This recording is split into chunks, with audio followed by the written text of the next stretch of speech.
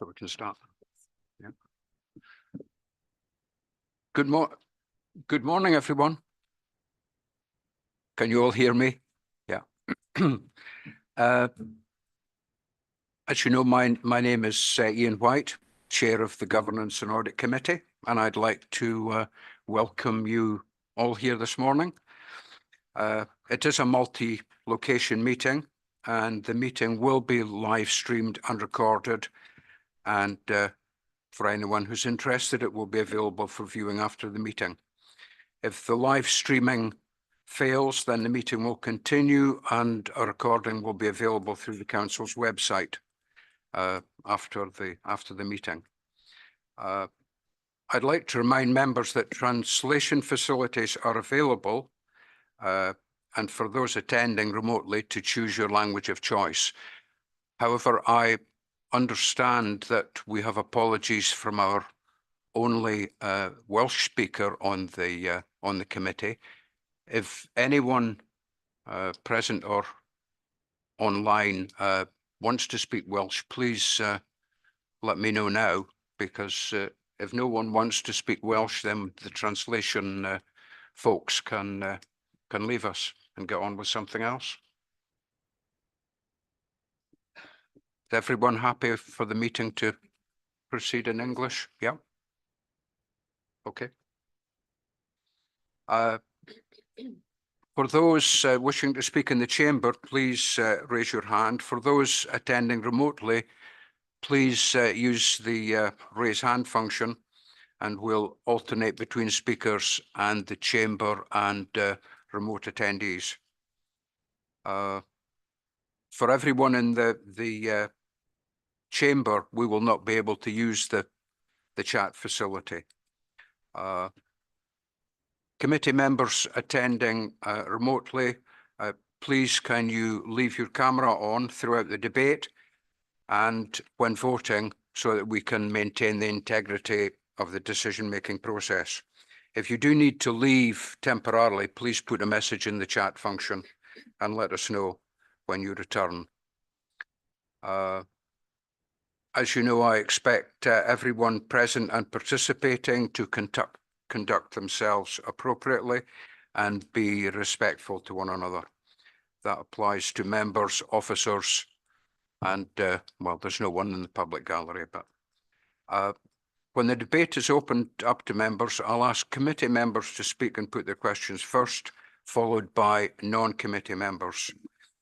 We don't want to stifle debate, but members are reminded that any questions should be focused on the subject matter, and let's try and avoid repetition. And if the length of individual speeches is negatively impacting on the overall time for discussion and becoming unmanageable, we will defer to the committee's rules of procedure, which limits the length of speeches to 5 minutes. So let's move on to the agenda now, please. And first of all, Sally, do we have any apologies? Yeah, just one apology is already mentioned, Councillor Dilwyn Roberts. Okay, thank you. And so agenda item 2, the declarations of interest. Nigel? Usual declaration in respect to being a member of the Denbighshire GAC Chair, for reference, please. Okay, thank you. I don't believe we have any urgent matters. So, okay, thank you.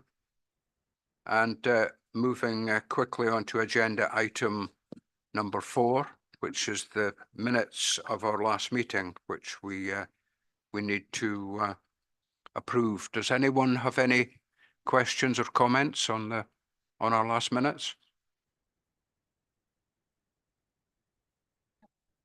No, I think is it Amanda? Is it worth updating the meeting on the arrangements for meeting with BCU in July, please?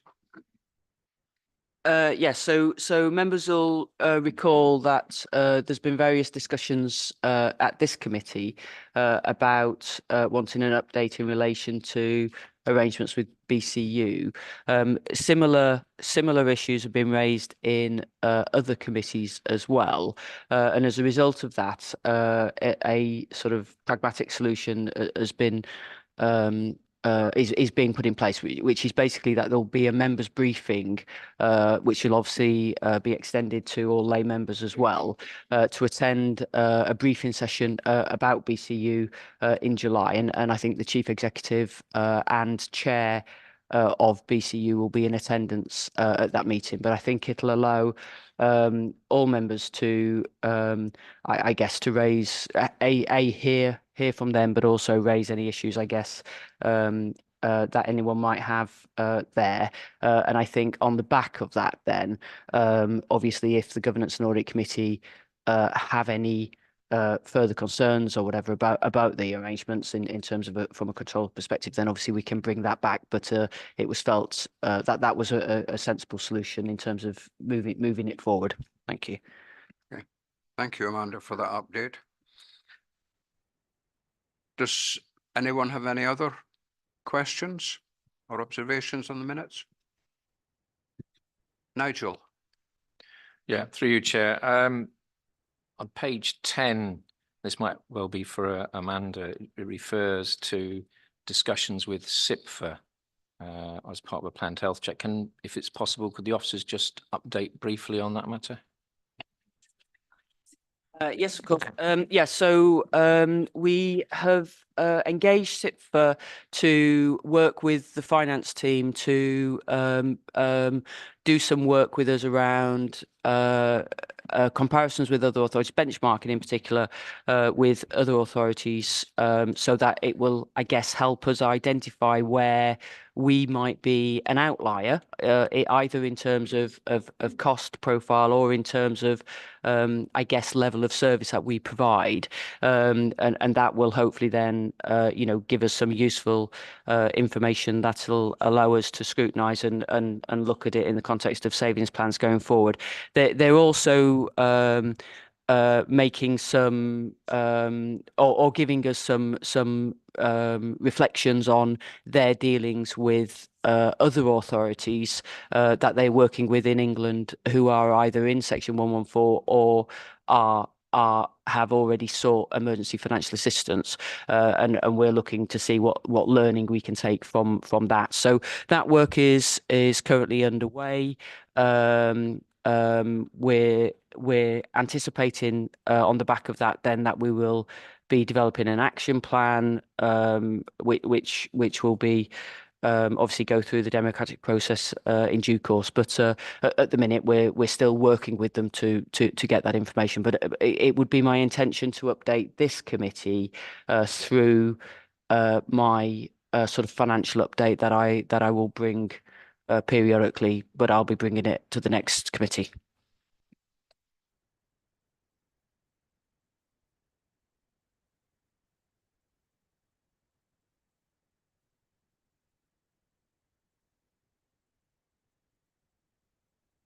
Okay, if there are no other questions, please can I ask for a proposer in support of the minutes?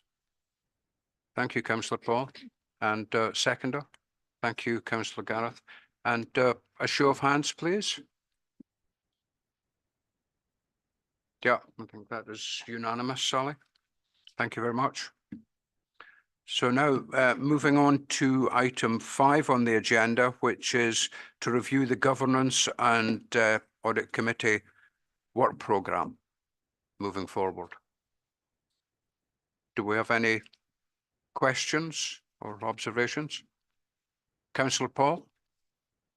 I feel a bit uncomfortable raising this here, but a very significant issue for me is the governance and audit of our nearly 3,000 unfilled school places because of its financial impact on the local authority.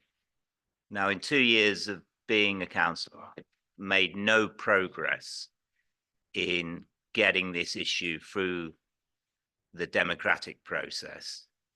And it seems to me that it is such a significant governance issue that if we can't deal with it through the normal route, it should at least, in terms of due diligence, be dealt with by governance and audit. So what I'm asking, Chair, is to test my understanding about how that matter can be looked at from a governance and audit point of view. Okay, thank you, Councillor Paul. My initial reaction would be that all we can do is to consider whether the process that is being followed is,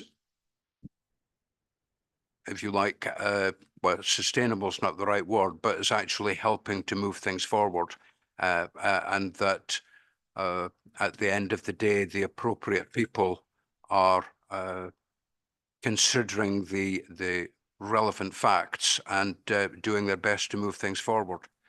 We certainly cannot make any decisions. I think that's obvious. So are you requesting that this is something that should be added to the forward work plan?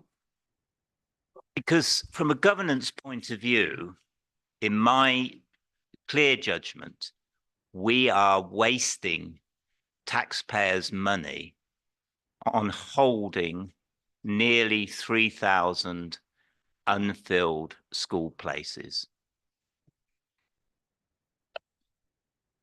Oh, sorry, Terry. Councillor Paul, I'm not sure whether this is perhaps something that'd be more appropriately directed to a topic selection form for the scrutiny committees rather than the governance and audit committee, which are really concerned with the framework of risk assessment. I don't know whether you feel that might be more appropriate.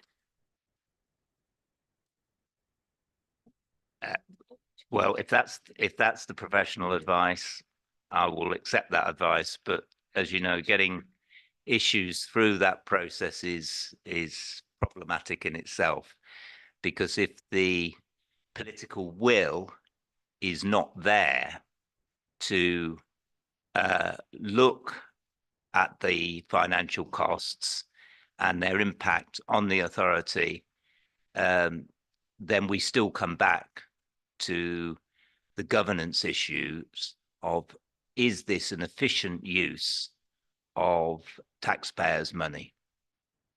Well, that certainly would be my advice, Councillor Paul, was that it more likely fall under the remit of the scrutiny committee for it to be looked at, and there as to whether that would be something that could be submitted through the usual process for having it on the agenda there, rather than it fitting within the remit of this committee. Yeah.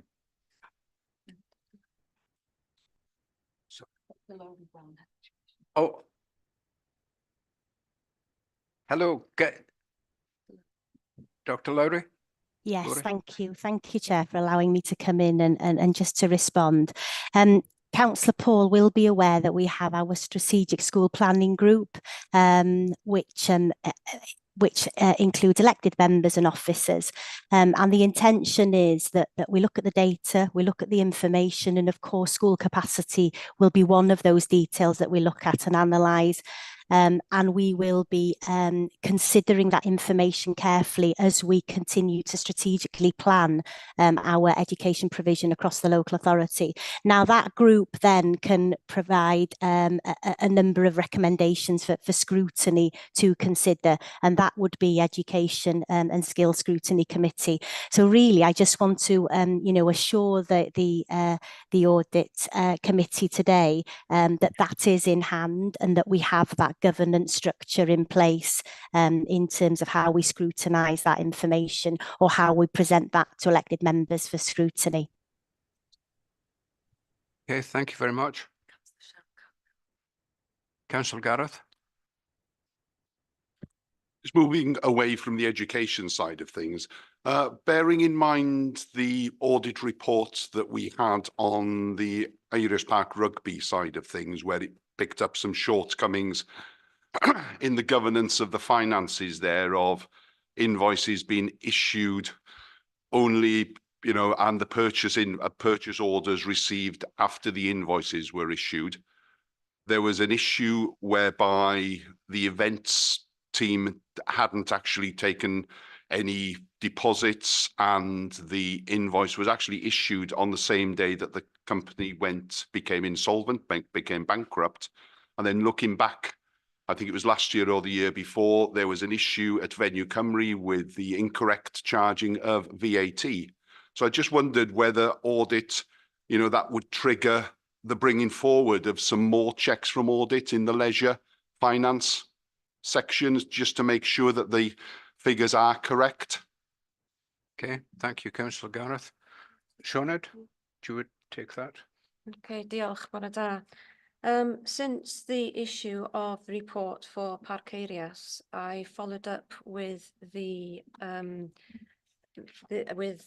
head of comms and marketing, the marketing manager, and also the principal leisure manager, who informs me that with regards to the raising of orders and invoices for those events that have weekly team meetings, the admin officer now comes to the weekly team meeting for events, and orders would be set as an agenda item, so they are addressing it. And that's what he's told me until we do the follow-up audit, which will be September time. I can't provide you with assurance, but that's what's been reported to me. Yeah, my concern is other other departments within that department, if you like, you know, are the finances being done correctly? Because, you know, to my mind, we've seen, you know, are we starting to see a pattern that there's a misunderstanding there within that finance team as to what the correct governance of how you go about doing finance and things are? And is it appropriate to bring some audits forward? As part of every audit that we undertake, we look at the invoicing and the finance aspects of every section department that we audit, and there hasn't been a commonality to date, is there? No, there's a couple of audits coming up on John Bright Sports Hall. There's a couple of audits coming up on John Bright Sports Hall and Llanderw Swimming Pool as well. So obviously we'll do the usual checks on financial aspects in those two audits as well. Sorry, can I just add, and thank you, Councillor Gareth, for raising the subject of, if you like, repetitive findings. As some of you will know, one of my sort of pet hates is purchase orders being raised after invoices are received, and through the various audits that have been undertaken on schools, that is, for example, a repetitive finding. And I just wonder if it's not only schools, but indeed, as Councillor Gareth is raising, perhaps there is a theme here. I'm not quite sure how we can get around it other than reminding everyone of the importance of raising or making commitments at the appropriate time to help avoid duplicate payments or even worse, fraud.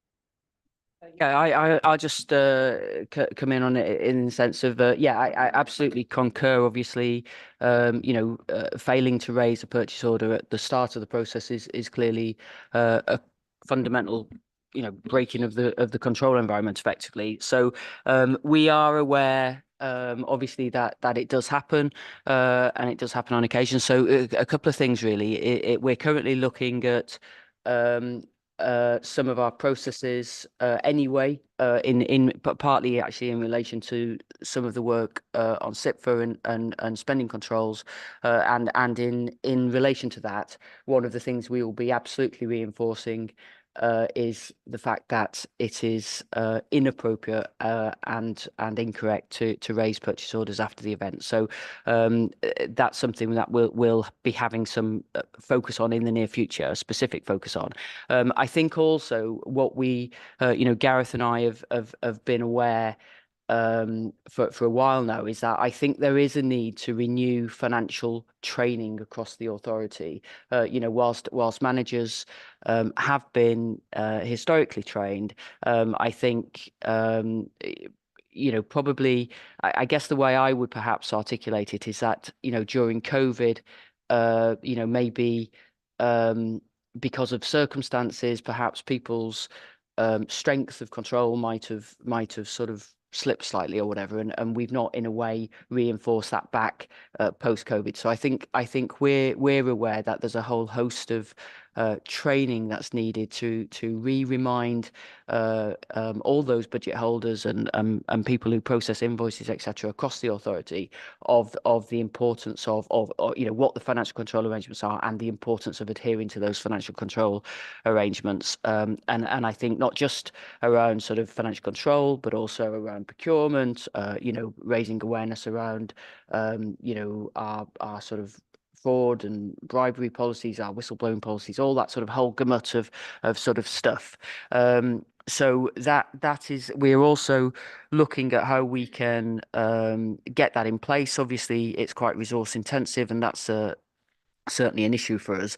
But I think the sort of thing that we also need to do first is address all of our policies and procedures in relation to the new procurement laws that are in now, and also consideration of our delegated limits and all that sort of stuff. And there's no point going out and training people if we're about to change some of that stuff in the next 6 months. So we'll get that done first, and then training will be a priority for us. So as Shona says, I don't think that there are recurring patterns within particular services that would necessarily lead, therefore, to needing to do specific additional work in relation to specific services. But I think it's a general issue that we need to address across the whole authority.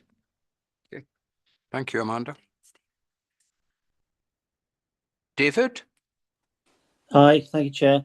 I would hope that Sean Ed was feeding this into the audit planning process, where there's risks highlighted, possibly across services relating to the income side. But I'm sure that she'll be doing that on next April, whenever the risk assessment's done again in audit, so they can prioritise those areas. Can I just sort of say the creditors technology one is part of the audit programme for this year. It was delayed from last year. So obviously part of the testing of that will be to ensure that purchase orders are promptly raised before the invoice is received. So it'll be part of that work as well. Okay, thank you, Keith. Councillor Gareth? Thanks for letting me get back. All I would say, my comment would be the simple solution, or maybe not so simple solution, would be if all finance functions actually reported into the finance department, so that they were reporting into finance professionals.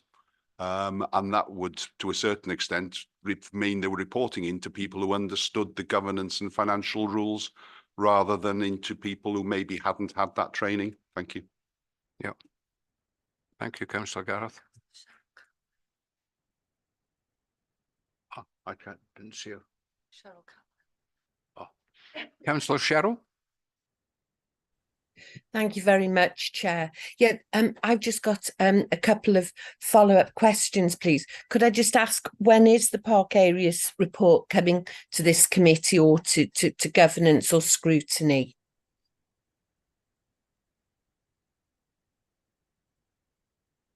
Sorry, sir. The Park Areas report has been distributed to the Governance and Audit Committee members, and a follow-up will be taken in September and then reported to the November committee. Thank you, Sianed. And just to follow up on what Councillor Paul said before, he did actually do on the school places, he did actually do a topic selection form, and it came to the chairs and vice chairs committee, but was rejected. Just for information for the committee. Thank you.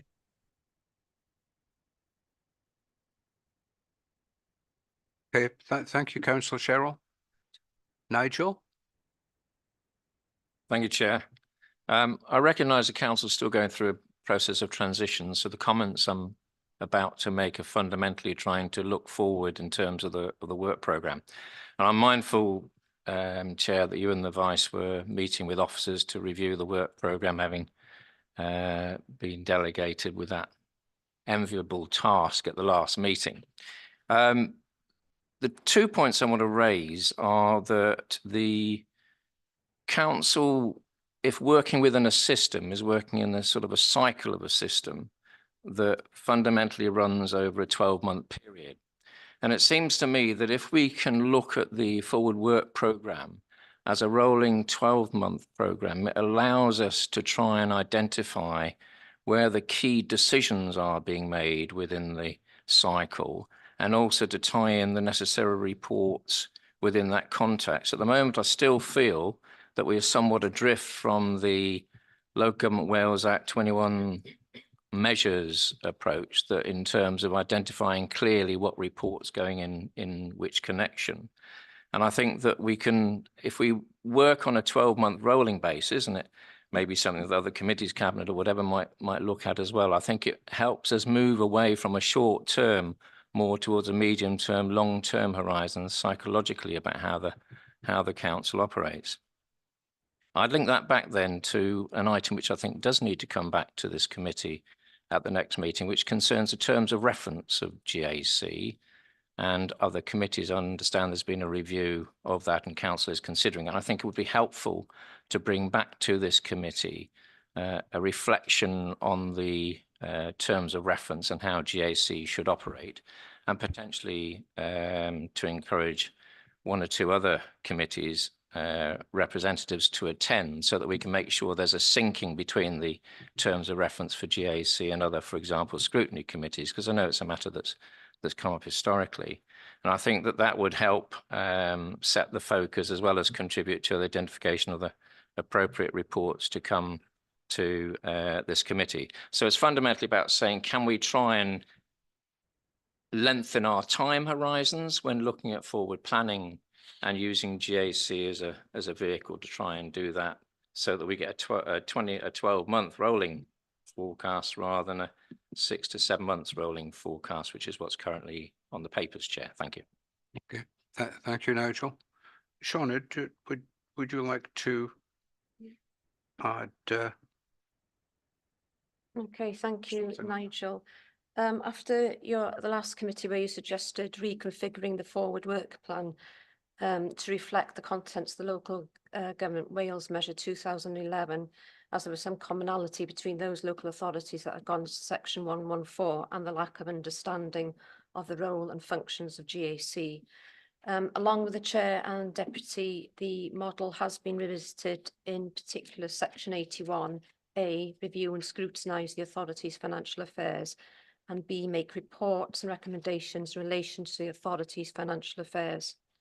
I've also looked at the SIPFA position statement for GAC, which under financial governance reporting states that the GAC should be satisfied that the authority's accountability statements, including the AGS, properly reflect the risk environment and any actions required to improve it, and demonstrate how governance supports the achievement of the authority's objectives, i.e. the corporate plan, as well as supporting the maintenance of the effective arrangements for financial reporting and reviewing the statutory statements of account and end reports accompanying them. Scrutiny and subcommittees and panels have responsibility for monitoring certain aspects of the financial framework. Scrutiny usually undertakes budget scrutiny and monitors financial performance. The responsibility of GAC is not to duplicate these functions, even though the legislation uses the phrasing scrutinise. GAC need to be satisfied that there is a robust framework to support the financial management, as a committee should discharge your duties through the review of financial statements, financial control arrangements, and the works of internal and external audit. As well as the Council's financial management framework arrangements, which include the budget strategy, the medium-term financial plan and longer-term financial planning, capital strategy, a programme, treasury management, investment strategy, revenue budget, reserve strategy, counter fraud and corruption strategy, financial regulations, the corporate procurement rules, annual statements of accounts, and the corporate plan, annual report and self-assessment.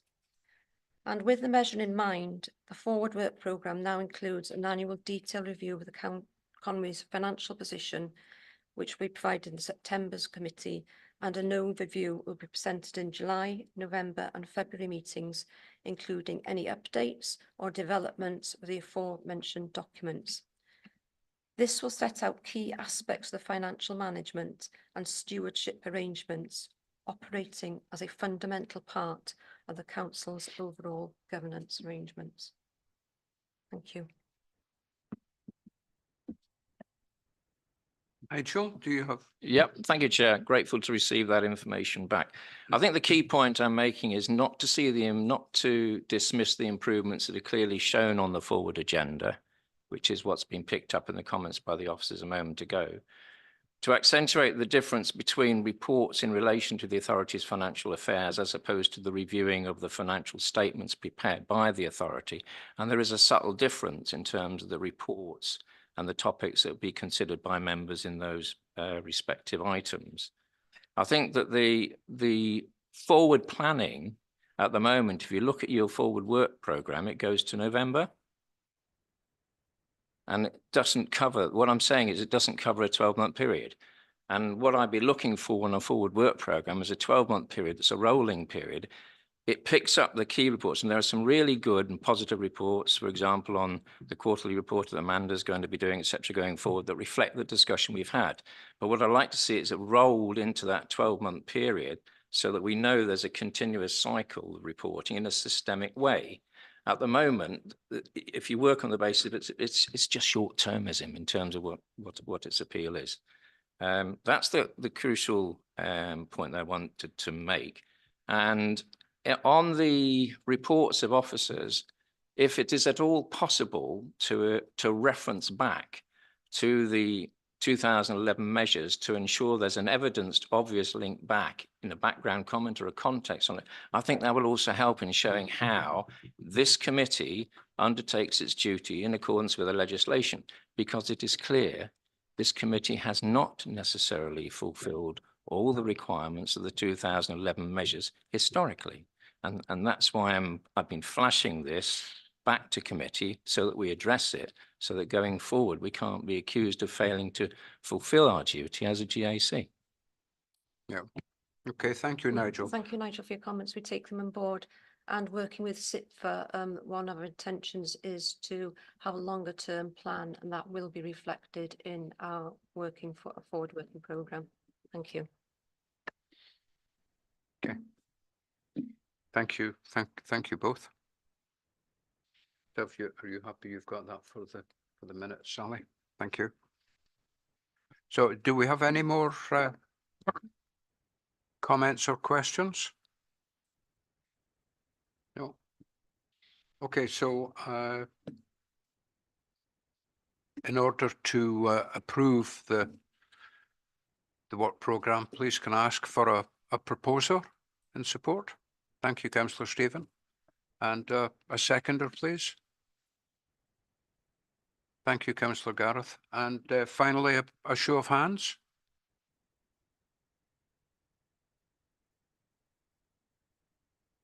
Okay, thank you. Can I ask, are you abstaining, Nigel, or voting against? Chair, I'll abstain on this item, if I may. Abstaining. Okay, thank you. So we have some actions to move forward on that one, which will be minuted.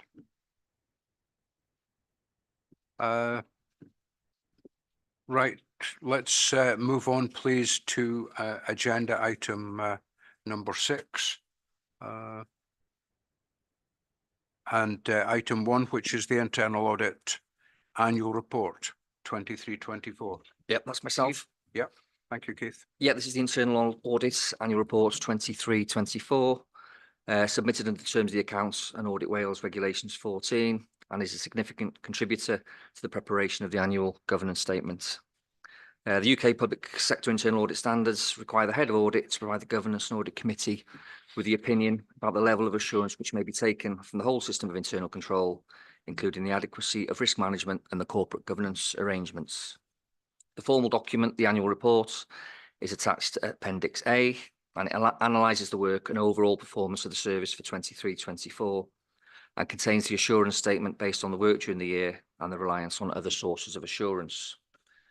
If I can take you initially to Appendix B. This is the schedule of internal audit reports issued in the year. You'll see there that 28 audit opinions were provided, 86% of which were positive. 3 were at the draft report stage at that point, which was children leaving care, fleet services and Cartrefi Conway temporary accommodation.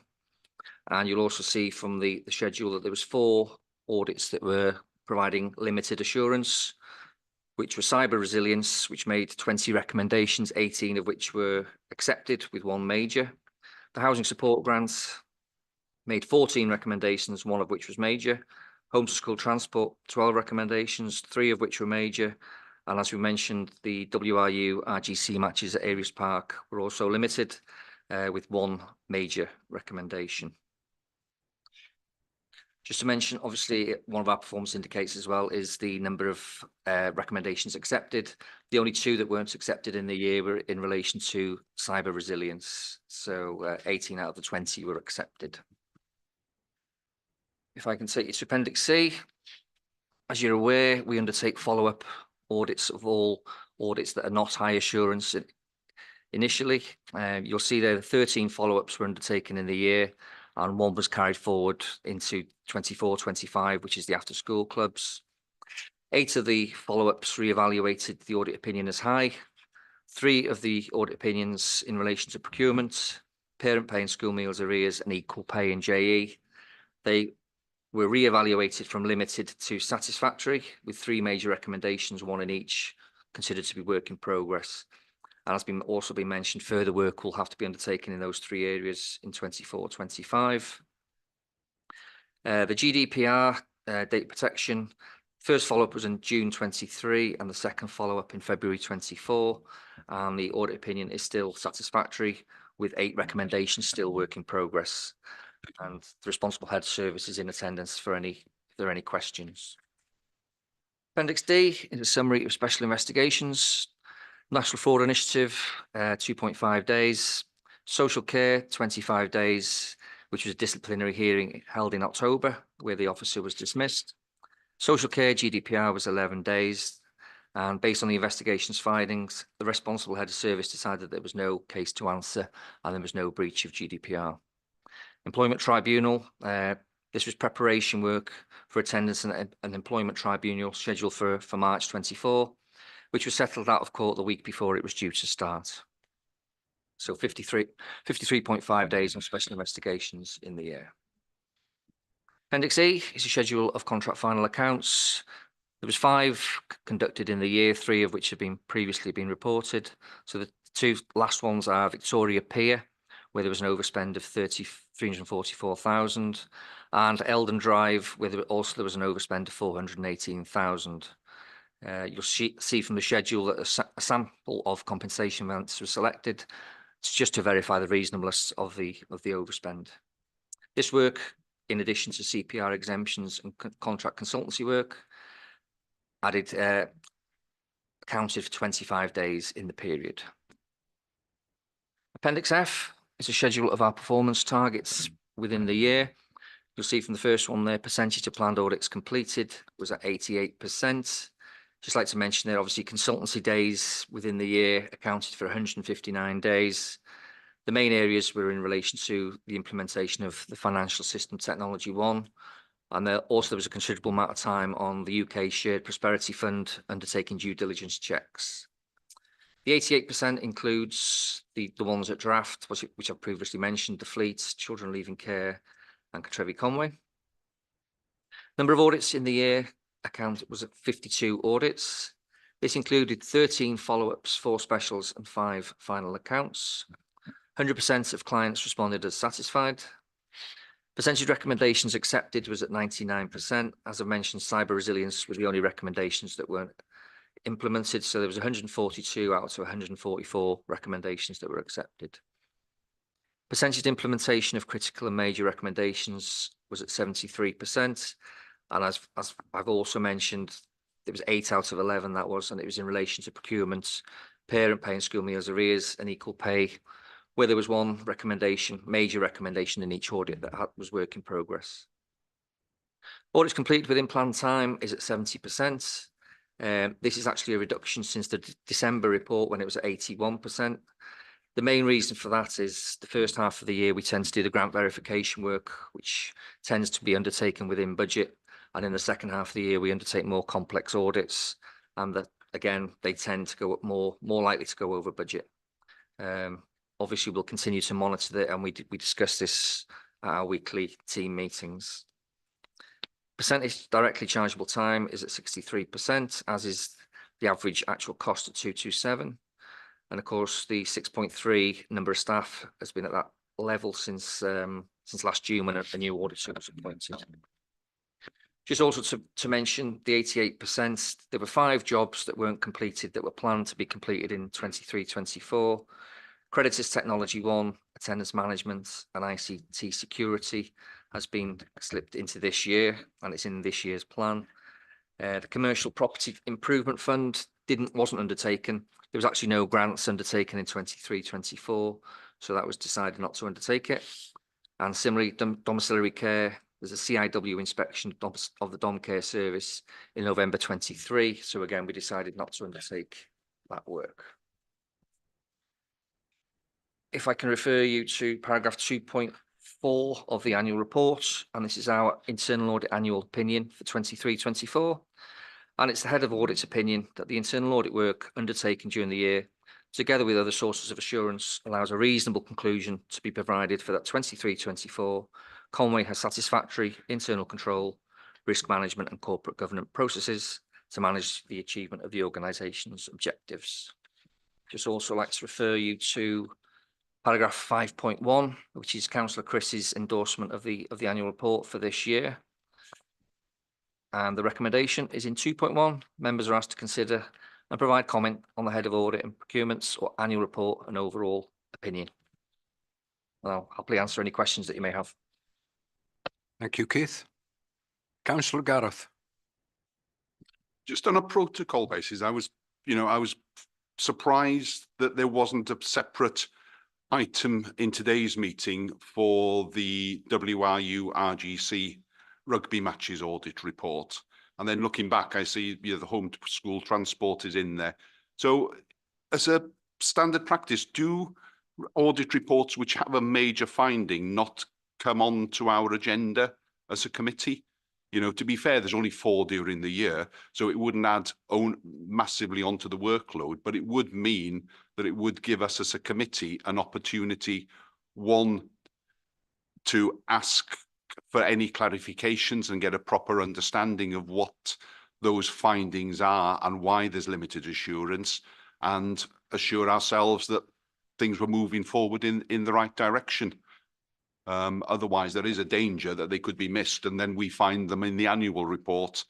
There's 4 there, and I must admit, the home to school transport there has got 3 major recommendations, and it's old age, but I'm struggling to remember us having actually had a detailed discussion about it. Thank you. Thank you, Councillor Gareth. Yeah, of course, all our audit reports are issued to all members of the Governance and Audit Committee as well as the Cabinet member. And generally our procedure is as at the first follow-up audit, if a limited assurance, if they haven't been implemented at that point, that's when they actually come to Governance and Audit Committee as a matter of course. So it's basically at that first follow-up that they're given the opportunity to sort the recommendations out. Yeah, so my point is, would it not be more, governance wise as a committee, should we not be looking at them before the first follow-up report so that we know, we've discussed them, we've had our thoughts about them, and yes, we look at them again at that follow-up report stage. As I said, there's only 4 to be fair across a whole 12 months, so it's not massive, but it's just trying to clarify my understanding of what our role is on the audit committee. It's something that we could consider, isn't it, bringing limited assurance reports to the committee. But like I say, in the past, our procedure has been to give them the opportunity, and then at the first follow-up, if it hasn't been undertaken, then to bring them to Governance and Audit Committee. But it's something we can consider. So I'll come back to you, Councillor Paul. Is that something that requires any change in procedures or protocols or anything? It's just something that's in our internal audit manual that can be changed quite easily if that's what's necessary. Yeah, because as you know, I'm actually supportive of Councillor Gareth's point, because and with what we're calling I think the rugby report. I mean, I was keen personally that someone would be here today to speak to that report, particularly as there were a number of actions which were to be completed by the end of April and some in May. And I would like to know that the action has been taken, the work has been done, and they can actually be closed, rather than waiting another, let's say, 8 months to find out that it's been done. Because target dates tend to change, and that in itself is sometimes a worry. So yeah, I support what you're requesting, Councillor Gareth. I think we need to leave it with Sinead and Keith to make the necessary changes. Yeah, we will give it some consideration, but we have to be mindful as well that the officers have to be given time to implement the recommendations. Some recommendations are, 12 months implementation date. Some are a couple of months or immediate. And what we found, I have contacted the leisure manager, and he has told me that he has implemented those recommendations with a deadline of April, May. But I can't provide assurance of that because we haven't been out to do the follow-up audit as yet. But we will definitely give consideration to bringing those limited audits to committee as requested. Thank you. Okay, thank you very much. Councillor Paul. Yeah, first of all, I fully support you, Chair, and Gareth on that. I think we need to be more rigorous as a committee. My question, I suppose, first, though I suspect officers will come in on this, is to Councillor Chris, because I'm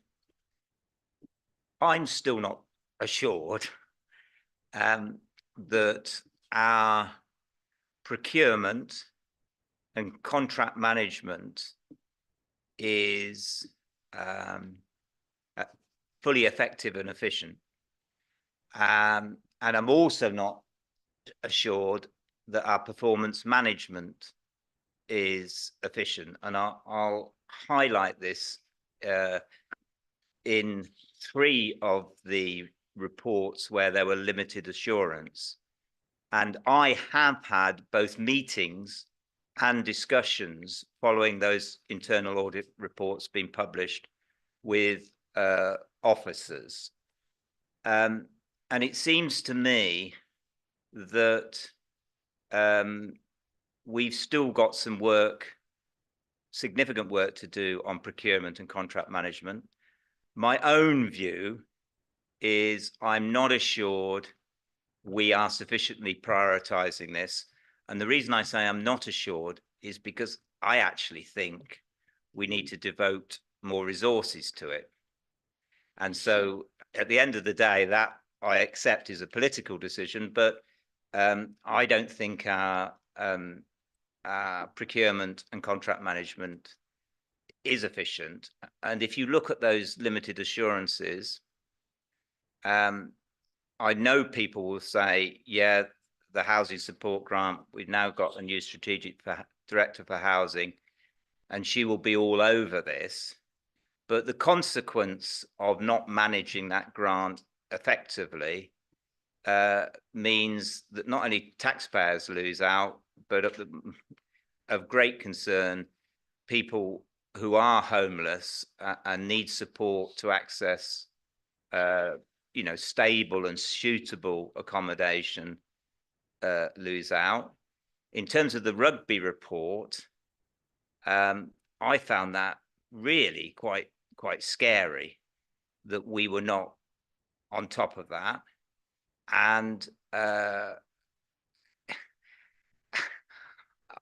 well, to wait 6 to 8 months to be reassured that the culture in leisure services has changed so that we're not in that position. And I'm also conscious only of the press reports this morning, the Welsh Rugby Football Union's financial difficulties, you know, how those contracts are going to be managed going forward.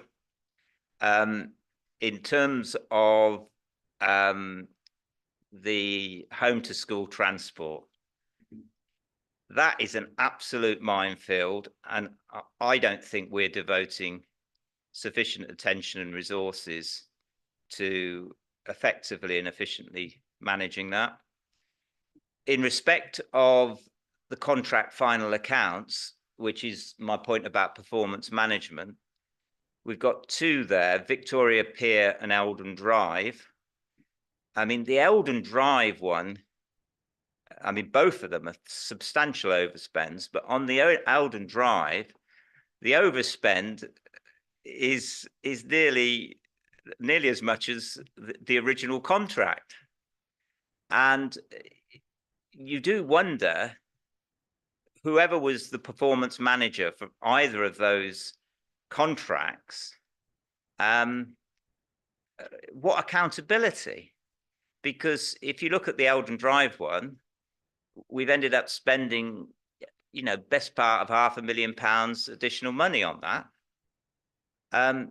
So my concern is, and that's why I'm asking Chris first of all, before we get to the officers, how certain are you as the cabinet member that our governance of procurement and contract management and performance management is good enough?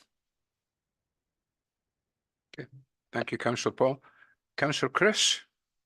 Yeah, as usual, I welcome Paul's input, and it's good to be challenged. I would say I'm very confident in our procedures, our protocols, and our checks and balances.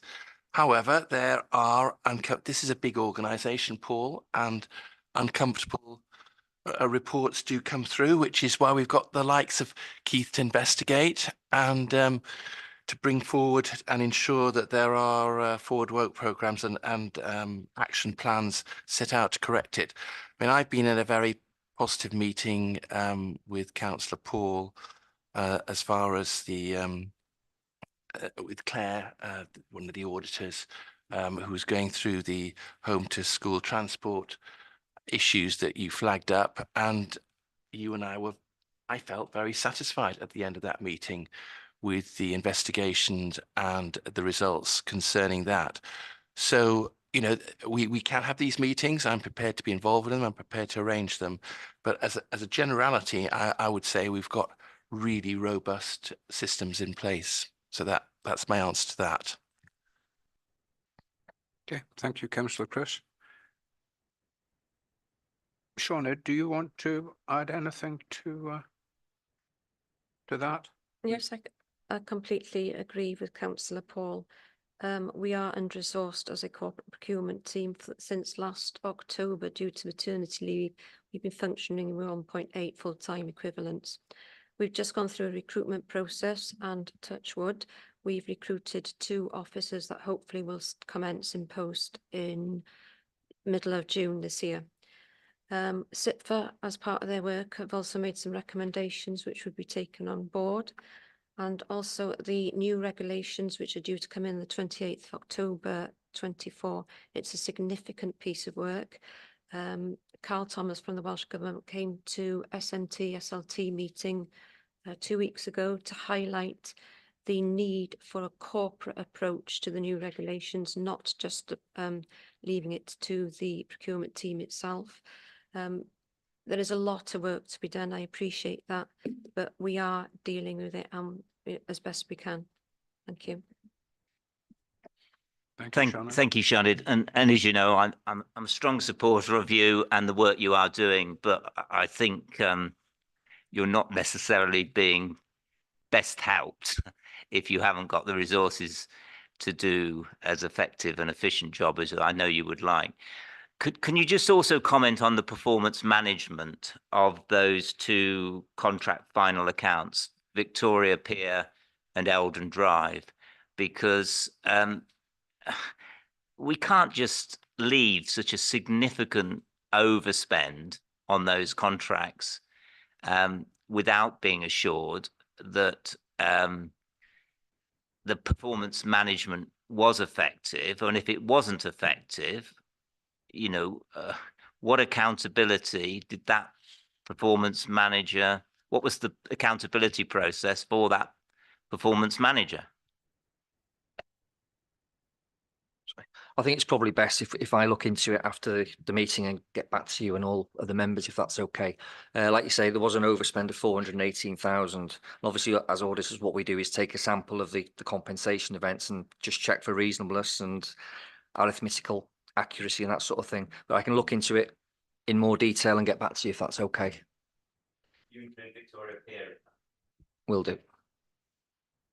Yeah, I won't forget you. Can I just add, Councillor Paul, are you actually referring to the performance management of the work as it's ongoing, as opposed to the original estimation of the work that was actually required? So, if you like, a question would be, how possibly could this be missed before we actually make the commitment? Well, I suspect it's both, isn't it? You've got to ensure that when you're drawing up the specification and the contract, that is robust. And then when you're managing it afterwards, you're on all those items within that specification and the contract management, you're on top of it. Now, if it starts going away, as obviously this did so substantially, now there may have been legitimate in outbuilding any contract, stuff happens. Of course, stuff happens, but it does seem pretty extreme. Stuff happens on both these contracts.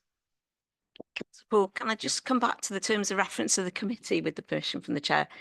We're really looking at high level overview function, really, and assurance, whether sufficient assurance can be given. So just to sort of the remit within which we're looking at these issues today is really from the audit perspective. And I just want to come in just to remind the committee that's what we're looking at today.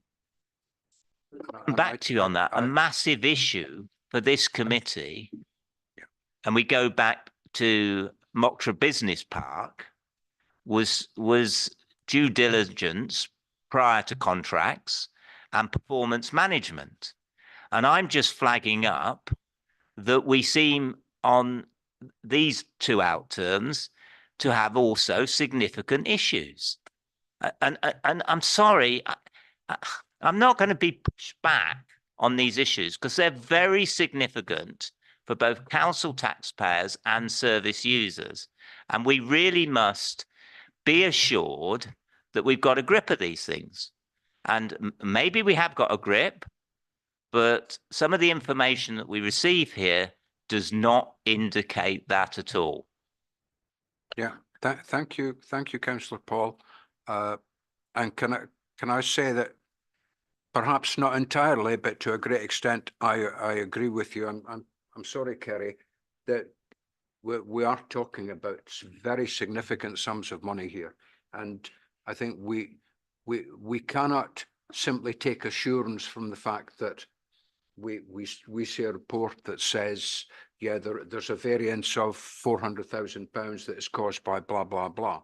I think as a committee we are entitled to understand why that variance arose and who was in control or not in control of it, and who approved the additional expenditure. I think as a committee we need to know that. Amanda? Yeah, I guess my observations would be that I think I guess if I were asked how are we ensuring and controlling overspends on capital projects, which is what they are. Obviously, they're quite historic now. I think it's a valid question, and I guess what I would ask is if you leave it with Keith and I to go away and have a look, because what I would observe, I would imagine, is that through the capital monitoring reports, those overspends would have been being reported in 2021. Obviously, I don't know the detail of that without going back and looking, but I think it is a valid challenge, and one which certainly makes me think I need to understand around, as you say, when there are variations, and obviously variations can happen legitimately, but I guess what we need to be assured of is that the variations haven't happened because of poor contracting in the first place, and or poor monitoring of the contract delivery, such that we're then getting penalties that we shouldn't be getting at the end. So if you leave that with Keith and I, we can have a look at that, and it is also something I'll give some thought to in the context of how we might consider that in the capital monitoring reports, and how we can perhaps cover it there as well. So yeah, if you'd leave that with us, I think it's valid point. Thank you. Thank you, Amanda. Councillor Paul, are you okay? Okay. Oh, sorry, I hadn't forgotten you, Councillor Gareth. Councillor Gareth. Yeah, sorry to harp back, but just for clarity, the WRU rugby report, is that going to be on the agenda for the next audit committee meeting, or are we going to have to wait for the 6-month review? It's not planned to be. Obviously, our next governance and audit committee is in July, where our plan for the year is coming, and we won't have undertaken the follow up at that point. So there was no plan to bring it in July, but if it is a request for that, then we can put it on the agenda for July for an update from management, I guess. Yeah, I'd like to put in a request for that. Thank you. Okay. Okay, that can be part of your consideration of how you're going to handle limited assurance reports moving forward. Yeah, thank you. Okay, Councillor Gareth. Yeah, Nigel. Thank you, Chair. I certainly endorse the comments about rugby report that went through, and those reports are circulated by the auditors to members, and members make comment on them. And part of the comments back, and certainly the comments that I sent back in on the rugby report, was, can we review this early at GAC? And I think that if we can, in the discussion we've just had, get it in earlier, it makes more sense. Otherwise, what's the point of circulating it to members? That's a preamble to the comment I want to make, which is, I think overall, the internal audit process and the system we've got in place is pretty good. There are clearly a number of projects that are a challenge. And as Paul rightly says, there are one or two particularly linked to the capital programming issues and the revenue contributions and the requirements from capital program, which I think historically we've been weak at, and some of the audit work may well be highlighting that at the moment. The issue I have is about engagement and consultation with GAC. On the report on page 20, section 5 of your cover report, and the chair of GAC may not like what I'm about to say, but on that page 20, it talks about liaison with the cabinet member for audit policy and performance. And I just wonder, given that it's GAC that we're going and reporting to, whether we ought to not only go to Chris in terms of a comment, but potentially go to the chair of the GAC for comment on reports like this, where you're trying to operate in a reporting sense back in for review from the lead member. I mean, clearly as a lay member, Ian is not on the cabinet. And I'm just think there may be an argument here about how best to cover some of the input on these type of reports when they come through at this committee. Just something for you to reflect on. I'd value an opinion maybe from the chair on that, and from officers as to the practicality of that. Well, I was actually going to make some comments at this meeting. But yeah, your point of my making comment, which is on record, and I know it is because this is being recorded, but actually on paper, I would have no problem with at all. But I don't know what Amanda and Sinead and Councillor Chris think about that.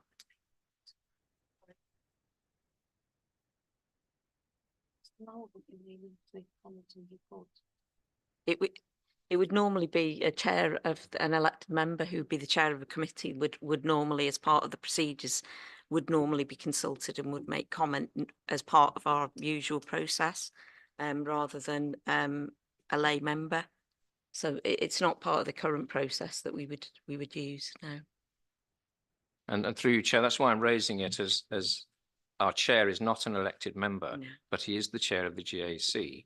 And can we look at that to see whether there's a twin contribution that might be made on this type of report? But it's a matter I just highlight that I think the reports would benefit from for different reasons. Yeah. Is that something we can? Thank you, Nigel. We'll take that into at. consideration, have a look at it. Thank you. Okay, thank you, Nigel. I would like to say that I think the contribution of internal audit to our work is actually very significant and very significantly positive.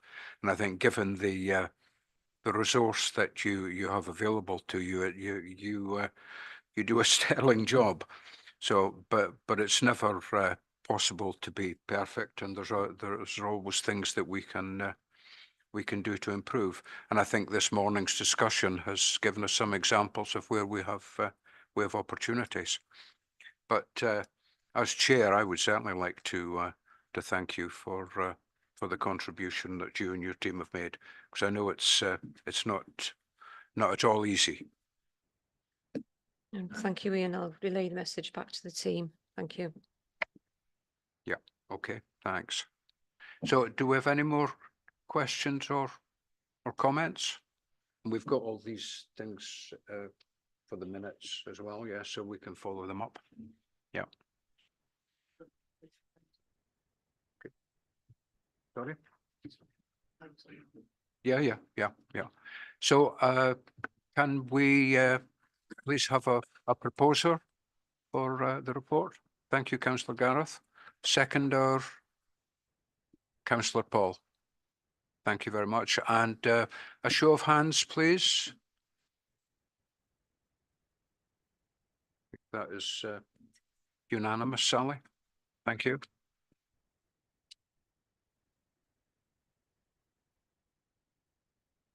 Okay, moving on to agenda item 6, item 2, which is the chair's annual report, which hopefully you've all read. So I'm certainly not going to go through it in a lot of detail at all. From a personal point of view, I think we have made a lot of progress in the past year. We're looking to make some changes. I think originally called it we were looking to build the jigsaw, to have more oversight on a wider range of the council business, and I think we're moving in the right direction. There's still, as we've noted, requires to be clarity on the role of GAC versus scrutiny, and it continues to be a challenge to keep one separated from the other. But again, I think with the work that's been going on and continues, we will bring that further clarity. So overall, I think it's been a good year. I personally and as noted in my foreword, need to do more to be more connected with officers, councillors and cabinet members, because personally I still feel that I have gaps in my knowledge and awareness, and hope. I mean, I do appreciate the support and input from others in this room and those who are not present. So yeah, there's improvement, I think, been evidenced, but there's still a way to go, is how I would summarize it. And I think the discussions so far this morning have shown where there are opportunities to improve things and not simply stick with the status quo, which has probably been there for quite a number of years. So that, in summary, if anyone wants to talk about the detail or has any comments, then I'm more than happy to have that discussion.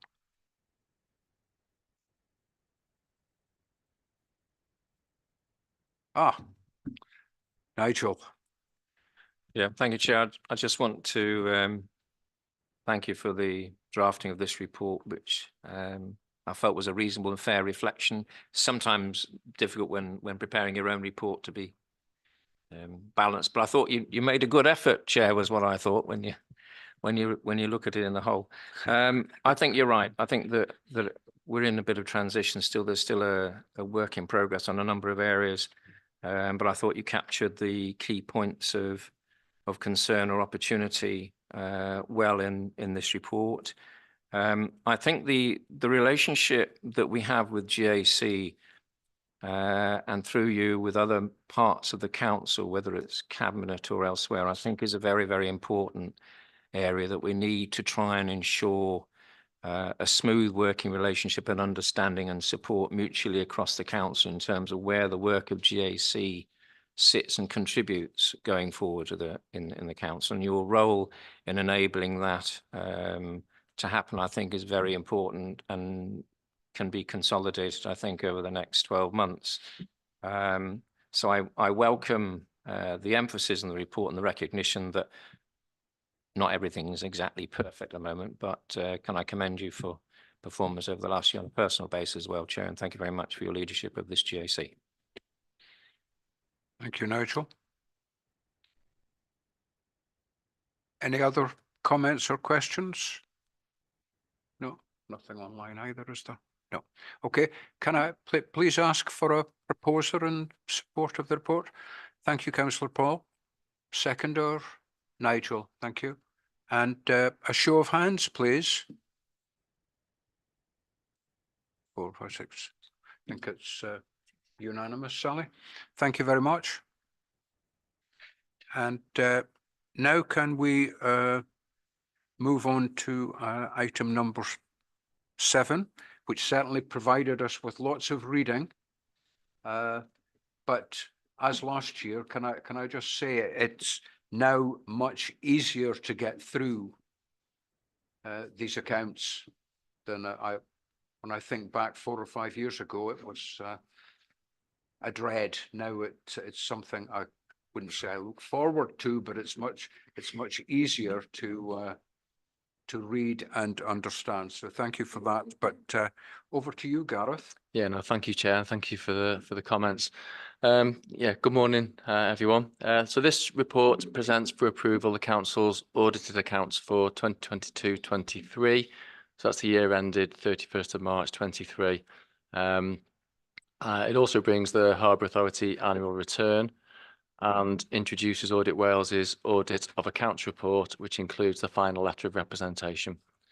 So members will hopefully recall that for the first time in many years, we brought the draft accounts here for consideration and discussion last September, which was before the audit commenced later at the back end of last year.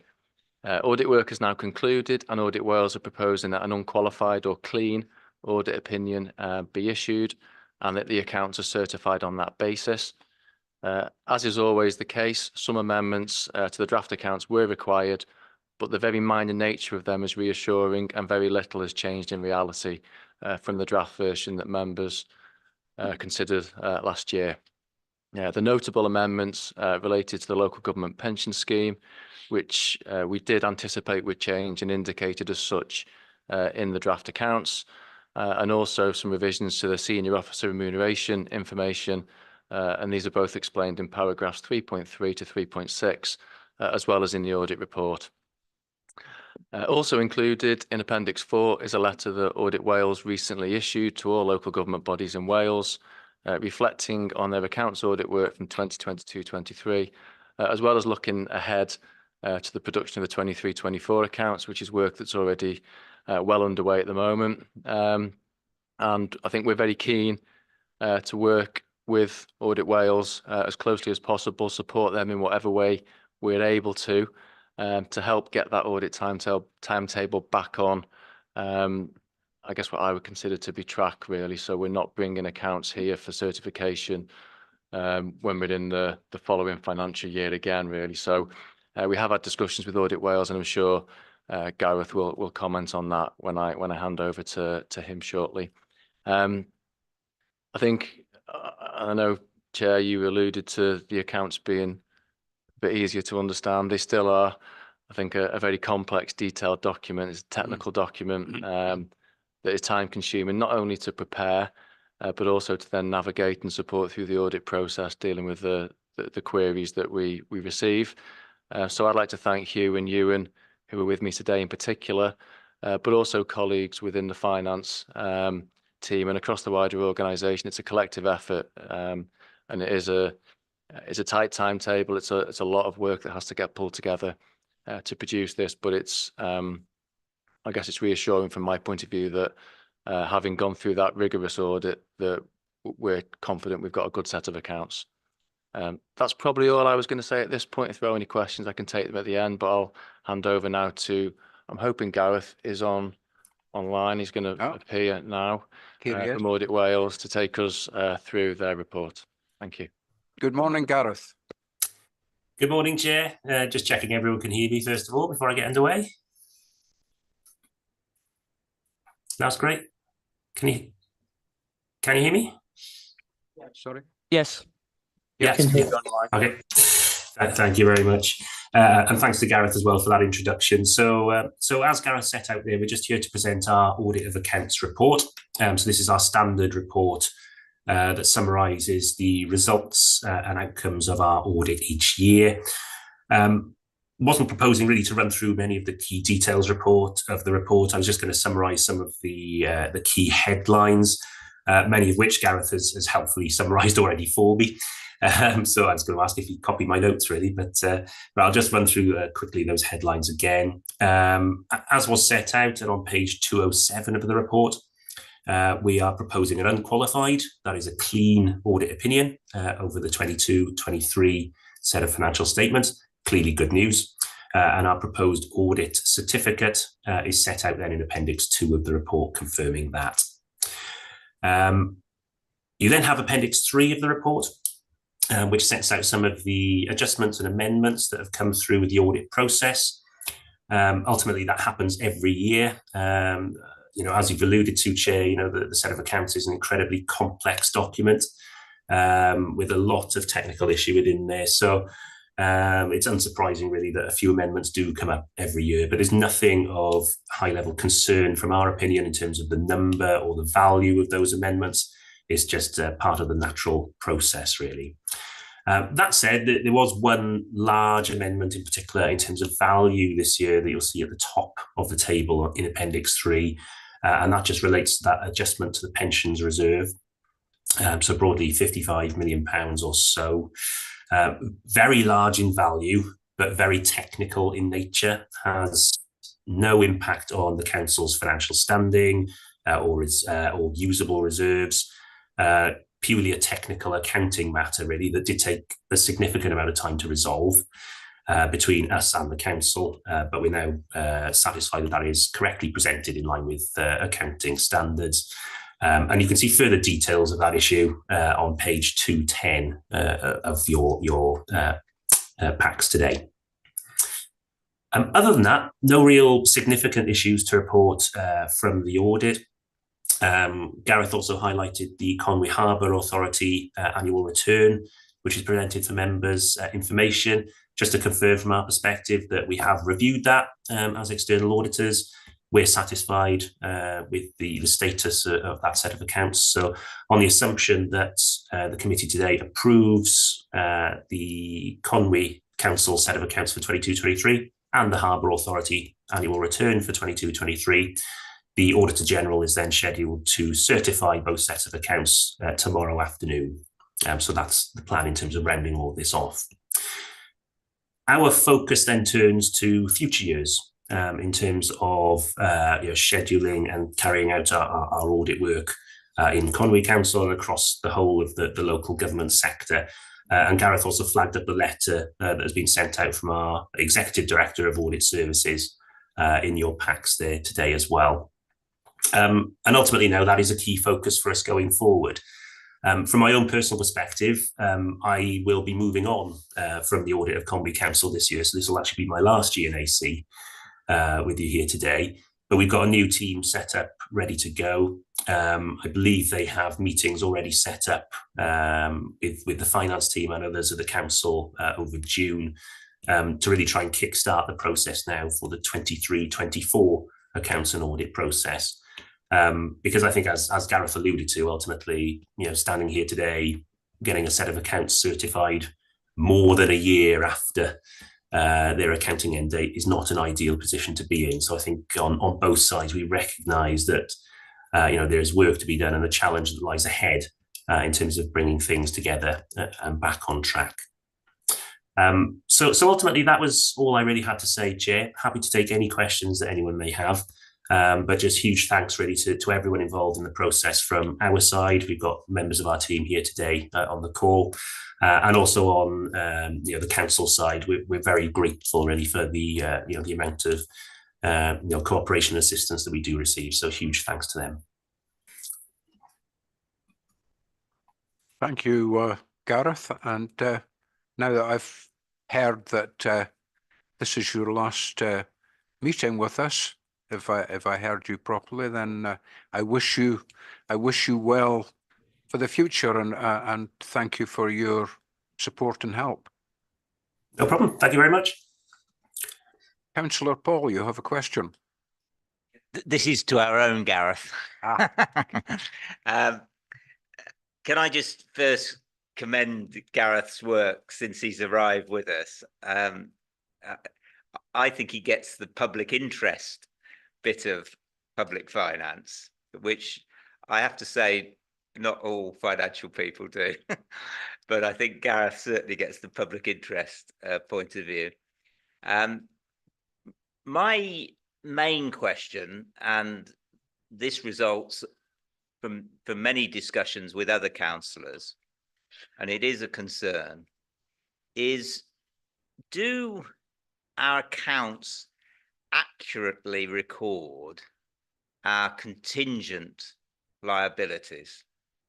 And what I mean by that is I'm very conscious, for example, of being on the Mocktra Business Park project board. I'm very conscious of other, how can I put it, actions we take with political support, I accept, in terms of some of our assets where there are still very significant contingent liabilities on us as a local authority to do with some of these buildings. And likewise, even with, if you think of the contingent liabilities in relation, for example, to a decision even taken in this financial year we're talking about here, 2022-23, where the transfer from Bodlondeb to Pwyllgor and things like that, Also, contingent liabilities in relation to what we understand about the financial circumstances going forward in terms of redundancies and pensions. Do you think our accounts accurately reflect that level of contingent liability we face? No, thank you, Councillor Paul. I think the simple answer is yes, I do. I think what you need to remember is when we're preparing the accounts, we're doing that on the basis of materiality. There isn't actually a specific contingent liabilities, or I don't think contingent assets note in this set of accounts. And that will have been purely because when we've had those discussions internally with legal, with other colleagues in terms of trying to understand and assess, do we have material contingent liabilities in respect of 22-23, then the clear conclusion was no, that we don't, and they were prepared on that basis. I think the things that you're highlighting, again, we're preparing the 23-24 accounts now.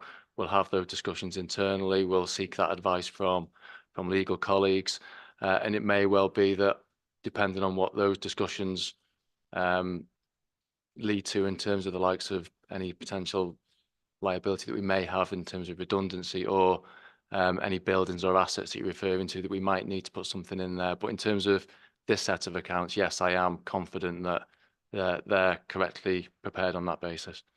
But Gareth, this was admittedly my first year on the council.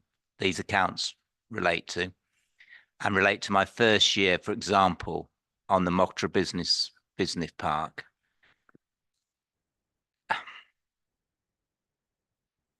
I don't see how we can't have a contingent liability within the accounts.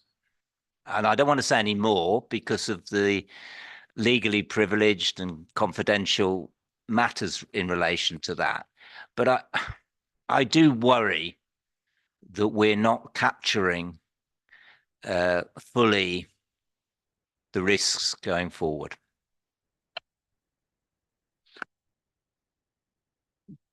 Gareth from Audit Wales, are you wanting to respond to that? I notice your hand's up.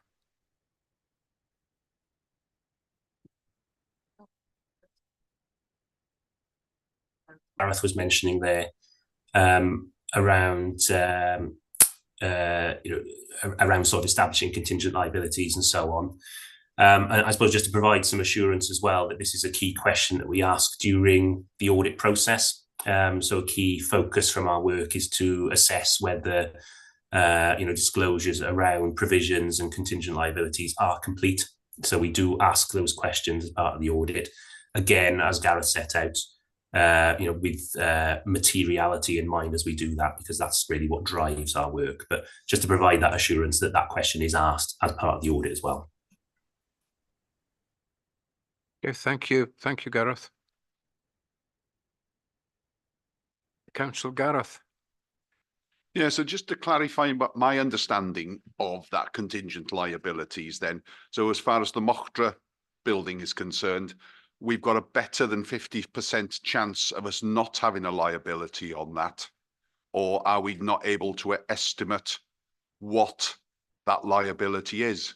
Because in the commercial world, it's, if you go over that 50% chance that we've got a liability and we can have a rough estimate as to what it is, then that should actually be in the accounts as a contingent liability, or it's either that or it's just not material. Oh, Amanda. Can I perhaps suggest that we move away from talking about Mocktra? If we talk just in general terms, accounting standards define quite clearly what is what you would class as an accounting provision and what you would class as a contingent liability or a contingent asset. I guess the point that Gareth was saying earlier is that of the various assessments that have been taken in discussions with legal and other things, you know, we haven't met the criteria of the accounting standards. So in other words, there has to have been a past obligation that leads to a legal or constructive obligation as at the accounting date. Some of the matters that we're discussing are not things that meet that criteria.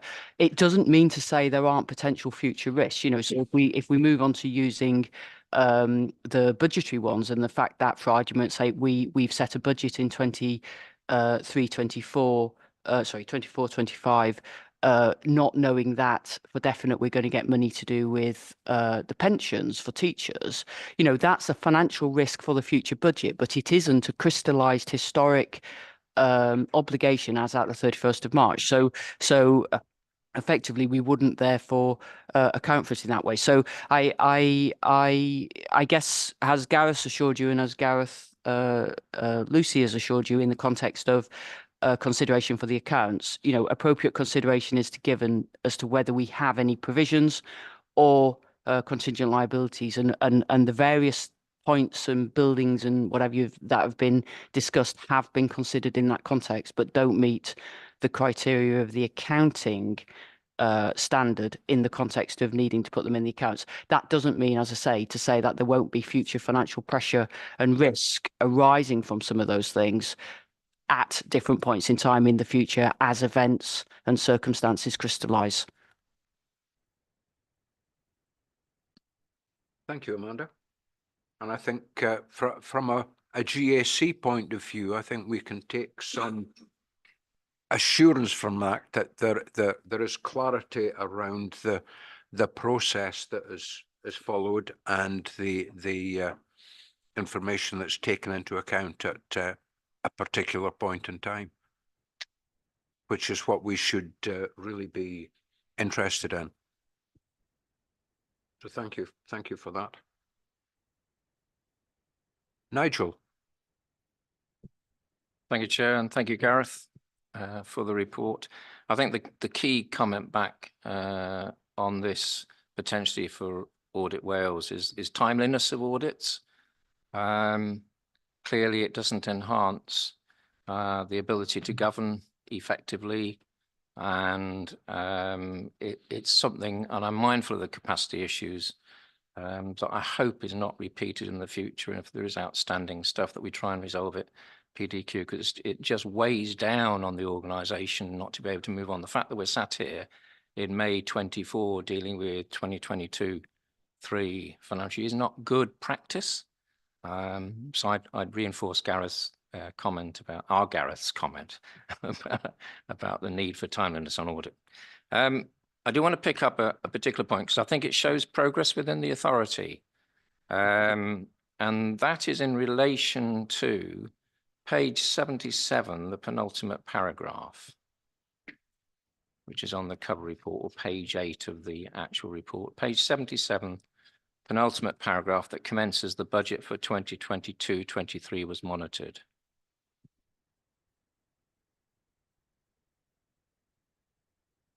Don't know if you can all see that. So that states it was monitored and controlled during the year by reports and presentations alerting members to overall high-level assessment of the financial position. Being mindful of the section 11 measures reference I made earlier on this morning to what report should be going to where, the approval of the sign-off of the financial statements is required of the authority's GAC as a result of legislation specifically requiring the audit committee of that authority to sign off. It's not a delegation by council, it's a requirement of legislation through council to that GAC.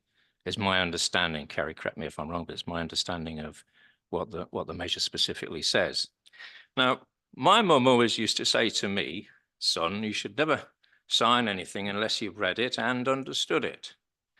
And the specific requirement that we ask of our chair of GAC is to sign off the statement of accounts.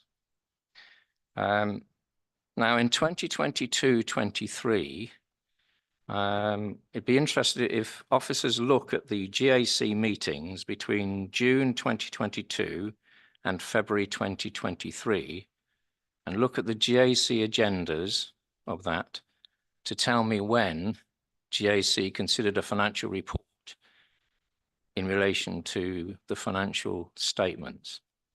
And whilst you're doing that, the reason I raised that is that I think that the budget monitoring and control and financial reporting was done within the authority. It was done substantially through FROSC. And what we had in GAC was not a background picture in terms of the jigsaw of what the authority was doing, where and how. And therefore, when you get to the signing of a 2022-23 statement of accounts, the potential is that you can sign it blind without necessarily understanding, because you can't evidence behind the statement of accounts what was happening in the financial sense in the authority if you don't have financial reports of some description that allow you to understand what's going on in the authority before you get to the financial statements. Now, the progress that has been made since is that the ability to update and involve and engage the GAC on this process is much better, that the forward work programme in terms of what's been reported financially to the authority is significantly better, so that when we get to future statements of accounts, that there's a clear evidence and audit trail within GAC that those matters, or the background to those matters, have been considered, and there's clearly an understanding within GAC that those matters have been considered. And that's the progress that we've made within the authority. What we tried to do in terms, and I flagged this 12 months ago on the basis that 12 months ago, I said it was unlikely that I would be able to support this committee's recommendation to accept these accounts at this meeting, because we just did not have the evidence and had not had the reports to enable me to come to a position whereby I understood, as well as read, the financial statements that went through in terms of this particular document. After we'd had that discussion, attempts were made to address that information shortfall, which I'm grateful, and circulation of key information by the strategic director in relation to the finances of that year was undertaken and provided. So on a background sense, I'd be happy in terms of when the recommendation comes through to sit on the fence and abstain on this. I'll withdraw from voting against it. But I think it just shows how, in terms of movement through, the authority has addressed a number of these issues and now is a more effective way able to respond and commit and sign off the accounts in the way that I think it should have been doing historically and may not have been doing historically. So I've given you a time, officers, to respond as to whether any financial reports had gone through in 2022-23 to GAC, whether that I've missed. I'd be grateful for any comment back.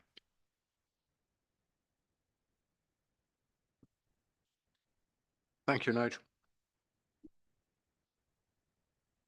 Amanda, were you wanting to?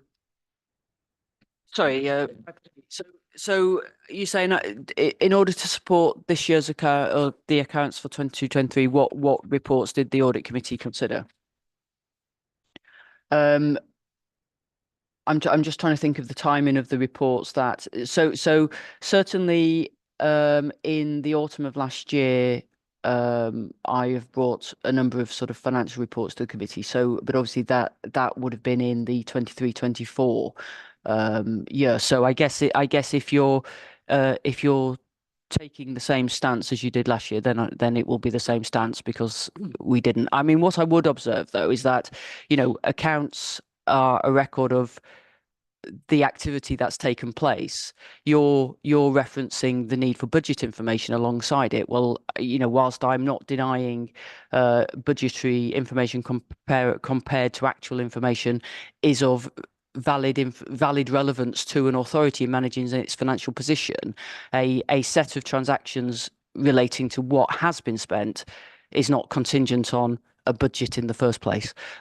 So I'd make that observation, but it's obviously your right, Nigel, to take the stance you want in terms of how you vote. Thank you.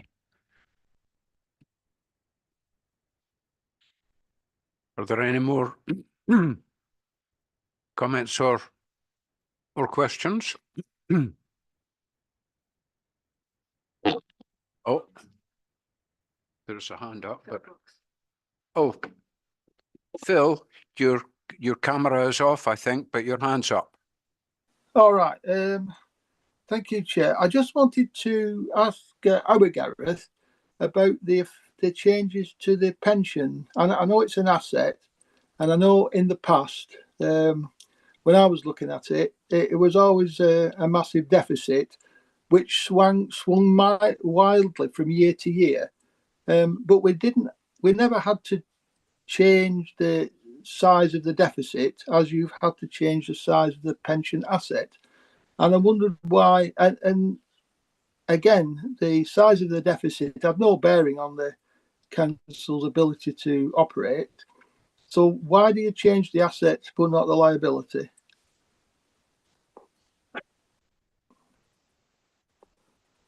Hi, Bill.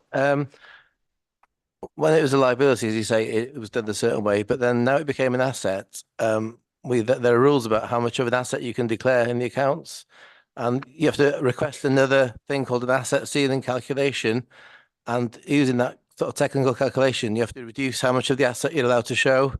The actuaries provided this information. It was an extra job. You had to pay extra money for it.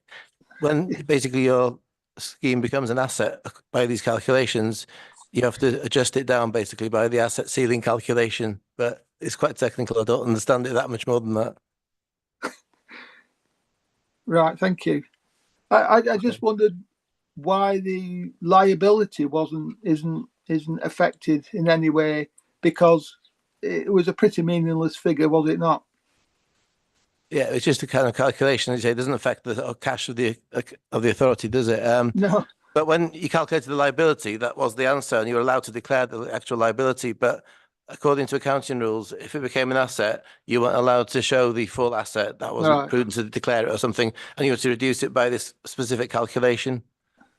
All right. So am I taking it's just our normal accounting practice of recording losses as they occur, but not recording interest until income until it's earned? That sort of thinking. Perhaps I'll come in. Whilst I'm not pertaining to be an expert in the detail, and maybe Gareth Lucy might be able to support if I say something inappropriate. But I guess it is that general principle, Phil. It strikes me that obviously we have to recognise in the accounts the pension liabilities because they are effectively, the liabilities under the accounting regime. But when you have a scenario that you've got an asset, then I guess it's a bit of a different matter, isn't it? If you're declaring a ginormous asset in your balance sheet, so I would imagine the premise behind the accounting standards on pension reporting is that of prudency, and therefore it doesn't want you to declare an asset that potentially, I guess, is falsified and overstated, which is why you have to then do it in accordance with this asset ceiling, which is the accounting standards accepted amount of an asset that it will allow you to declare. But there's absolutely no issue in declaring the liabilities. They want you to declare those in full. So effectively, we're just showing this in accordance with the technical accounting standards behind pension reporting. Well, thank you, Amanda. Thank you, Chair. Thank you, Amanda. Are there any other? Oh, Councillor Gareth. I suppose it also by, the asset there, it's to take away that temptation for us as a council to say, oh, we've got an asset there, let's reduce our contributions into the pension scheme, or let's see if we can get some cash out of the pension scheme, because it does swing so wildly. And probably if it is a liability, then we need to know exactly what it is, because if it keeps growing, we need to give that consideration as to, do we need to actually bridge that gap and do something about it? Thank you.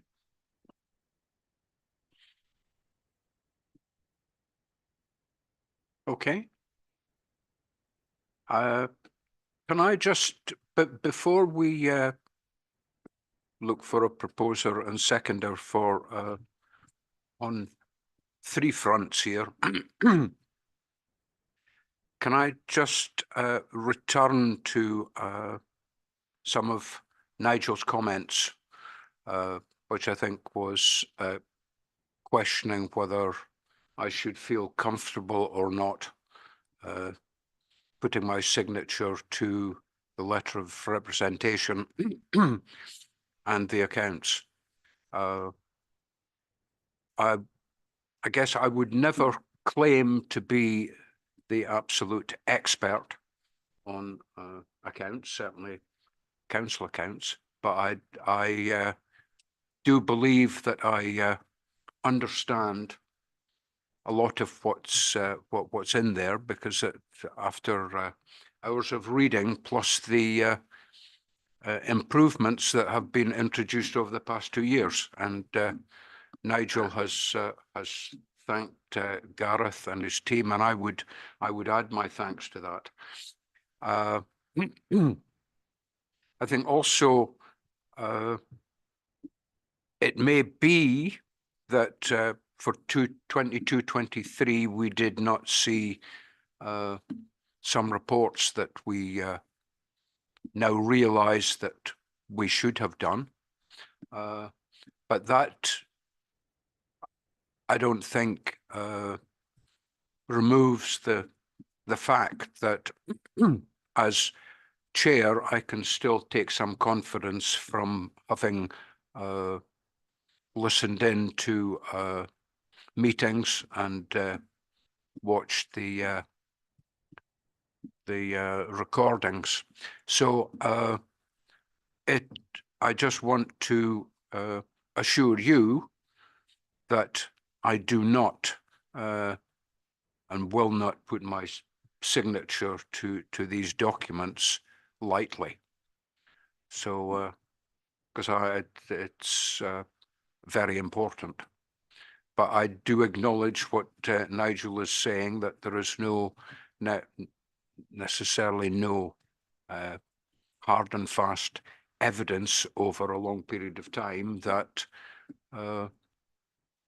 certain documents have passed through this committee.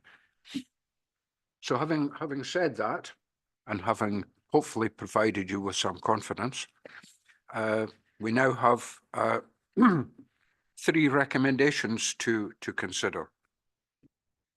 Sorry, Chair, I just wanted to remind everyone the recommendations are on page 67, paragraphs 2.1 to 2.4. Just as a reminder, that's where we're at. Yeah. And I'm not sure actually whether the 4th one we actually need to vote on, which is the That's just the noting letter the from Audit contents Wales. there. So it's Yeah. So it's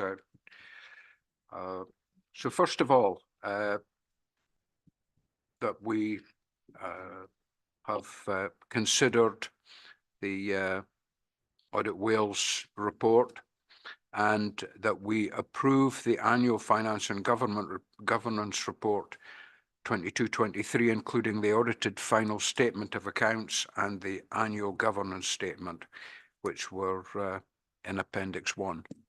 So do we have a proposer for that, please? Thank you, Councillor Paul, and a seconder. Thank you, Councillor Stephen. And now can I ask for a show of hands in support, please?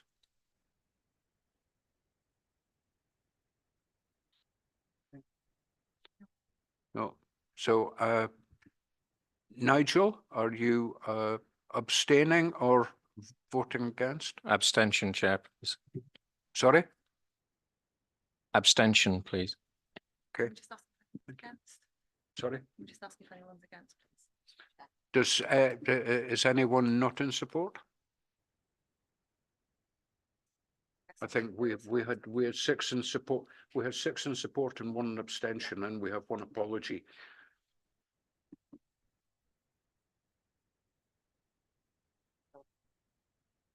Councillor John's there. Councillor Tom. Yep, that's fine, Chair. I did vote, Chair. Yep. That's fine, Chair. So I think we're. Yep. Yeah. So moving on to the second recommendation, that the GAC approves the Conway Harbour accounts for 22-23. Can I have a proposer, please? Thank you, Councillor Paul. And a seconder. Thank you, Councillor Gareth. And once again, can I seek a show of hands? 8. Yeah, I think that's unanimous. Thank you.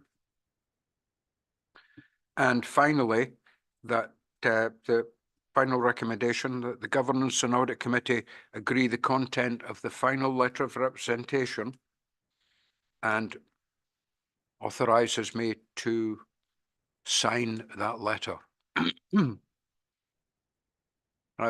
Thank you, Councillor Paul, for proposing it. And a seconder, please. Councillor John, thank you very much.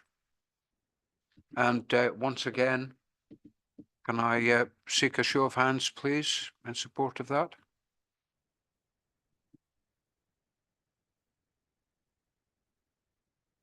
Thank you.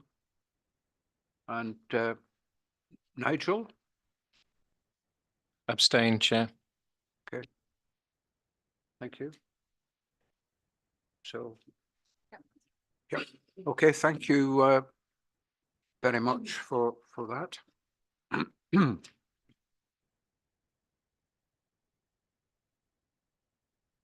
We're now at 10 to 12. Does anyone need a break, or can we just carry on?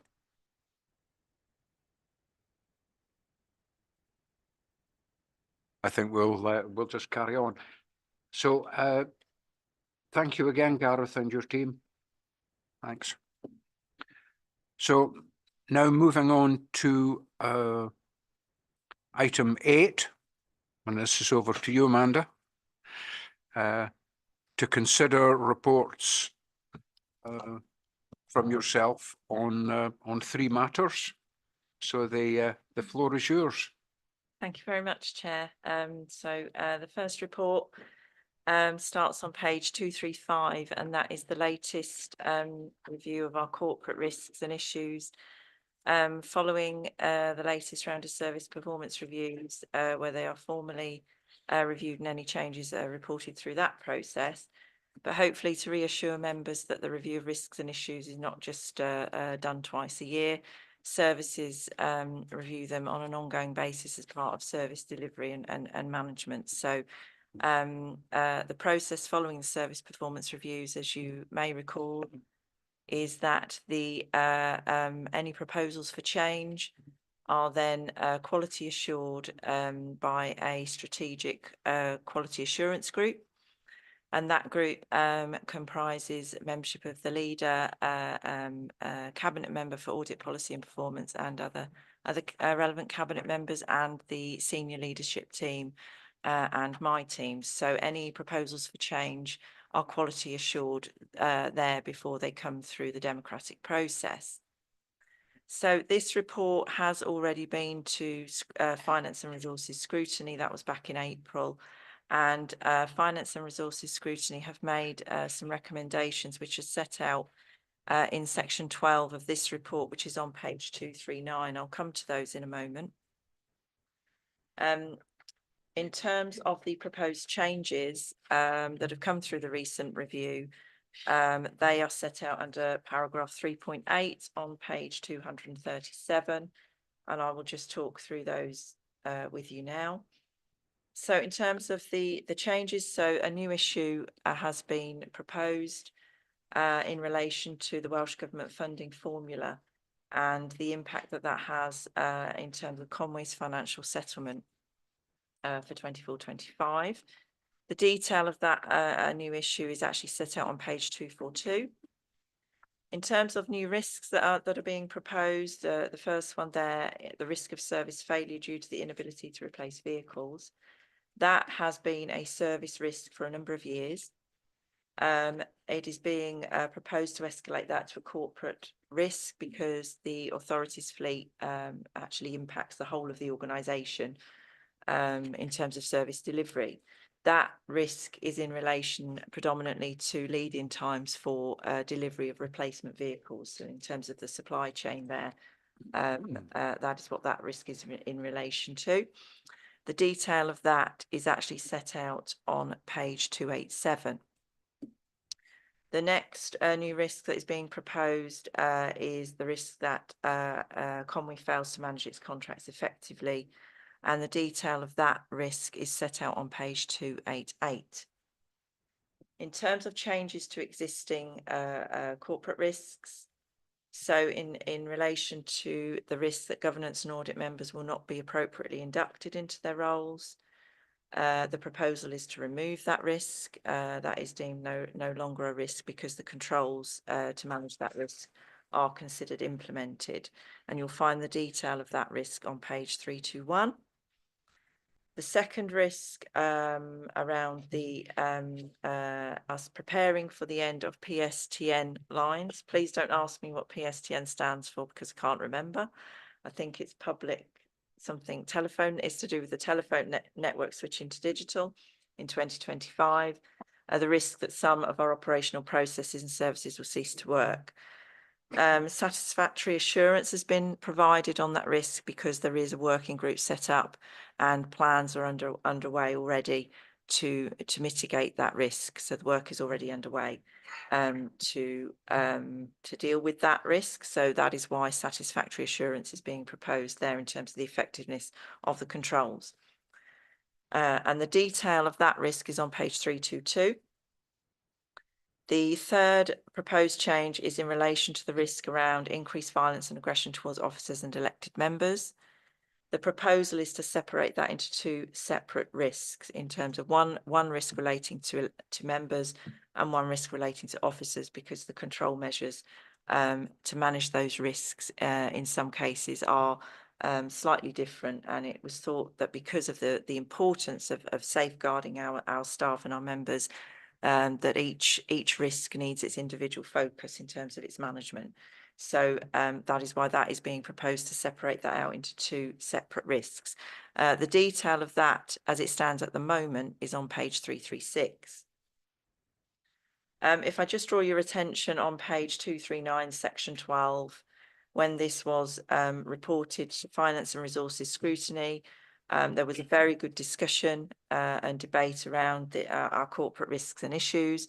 So set out there under section 12, the following recommendations are made to Cabinet, and this report and the risk and issue registers will be going to Cabinet on the 11th of June. That further investigation take place regarding the decrease in population in Conwy, and that this be heightened within the risk register, because it's recognised that actually the declining population figures have an impact across a number of service areas. And the second part of that is that it be noted that the speed of service transformation does not support service delivery within a balanced budget, and that corporate issue 20 around our capacity to support programmes be marked as high risk as opposed to medium. So that issue is actually medium priority at the moment, is being proposed that be escalated to high priority.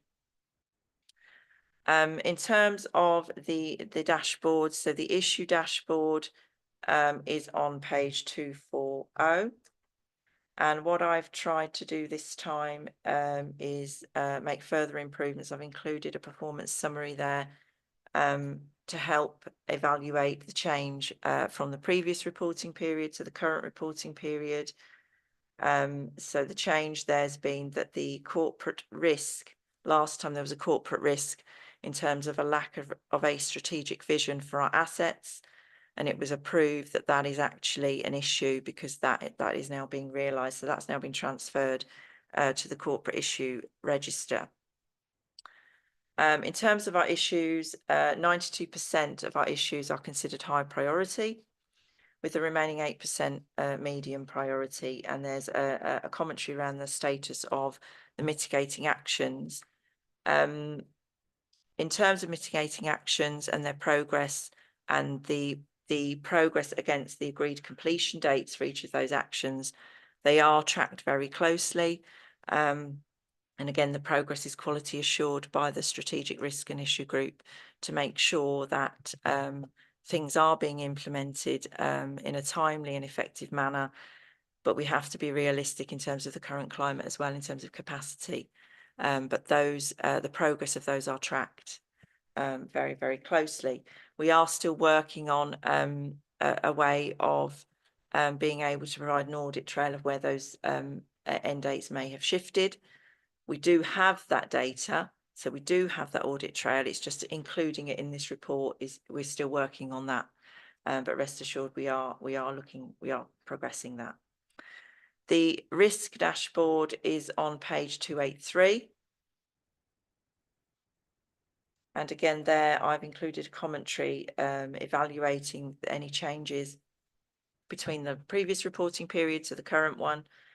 So there have been some risks that were removed last time, and the new risk in relation to the PSTN lines being added on.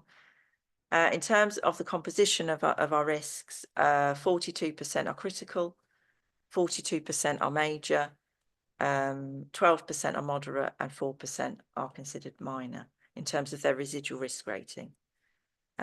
So that is my presentation. Happy to take any questions. Thank you. Thank you, Amanda.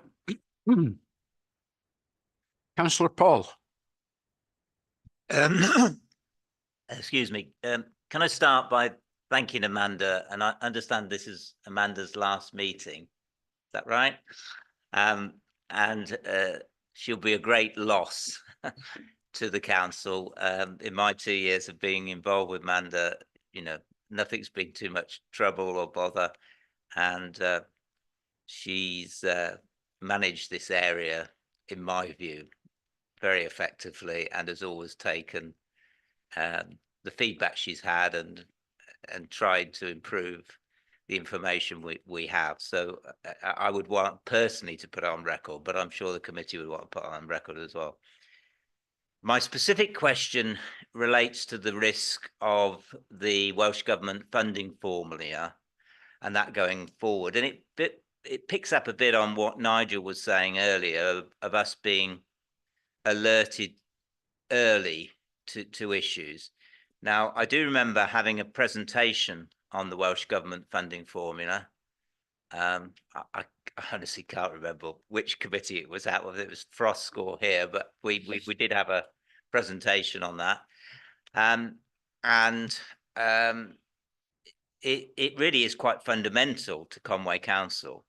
And it's particularly fundamental to Conway Council because the specifics of our population decline are really quite profound. We are the only Welsh local authority out of 22 who, on the most recent figures from the ONS, our population went down by 0.4%. And that's particularly problematic for the formula, but it's also problematic because in Conway, our birth rate is reducing, but the number of older people is well, holding stable and even going up. And so I think we need to be really conscious of that impact. And I think this committee needs to be really conscious of that impact.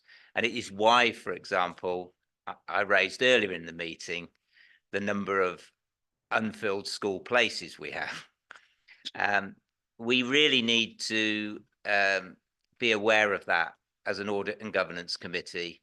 And I think I don't anticipate significant changes in the funding formula in the next year, partly because of Welsh Government itself being in somewhat of a turmoil at the moment, if you read the press. But it really could have some really quite profound impact on our finances. So we do need to be very conscious of that, I think. And I'm sure Amanda will confirm that.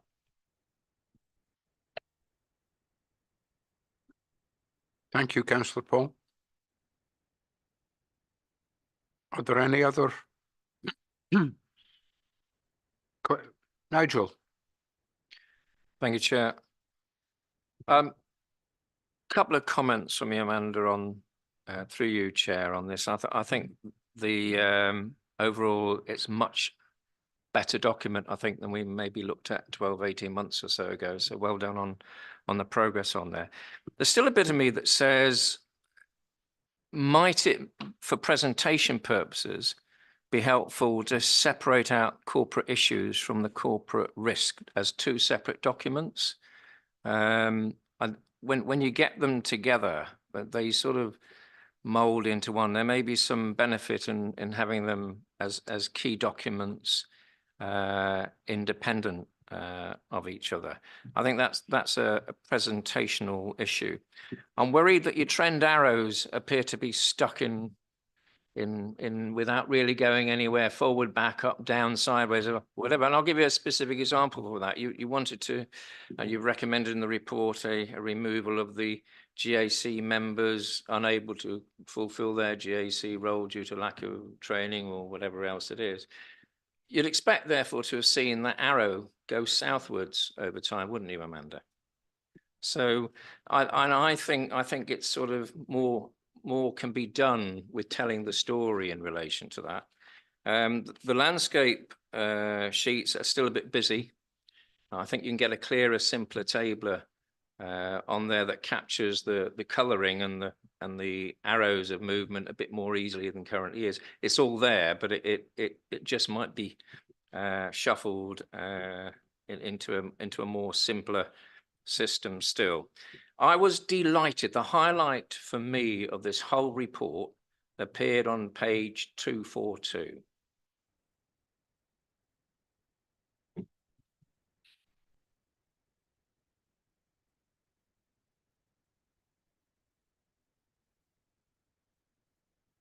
And the highlight, in my view, was this new corporate issue that came through with exactly what we've been raising in GAC, that we referred across to Cabinet to look at, and the implications for that, and the necessity to have that as a corporate issue. I thought that was exactly what I think we've been pushing for in GAC, and I commend you for picking that up, because I think that's absolutely essential to the, whether the authority survives or not going forward without the need to serve as or send a Section 114 notice. Needs something like this. So I'm on my I don't normally put ticks down on a report, but I put 4 ticks down on my note as I was going through this particular report, saying, yeah, that's really great from my perspective.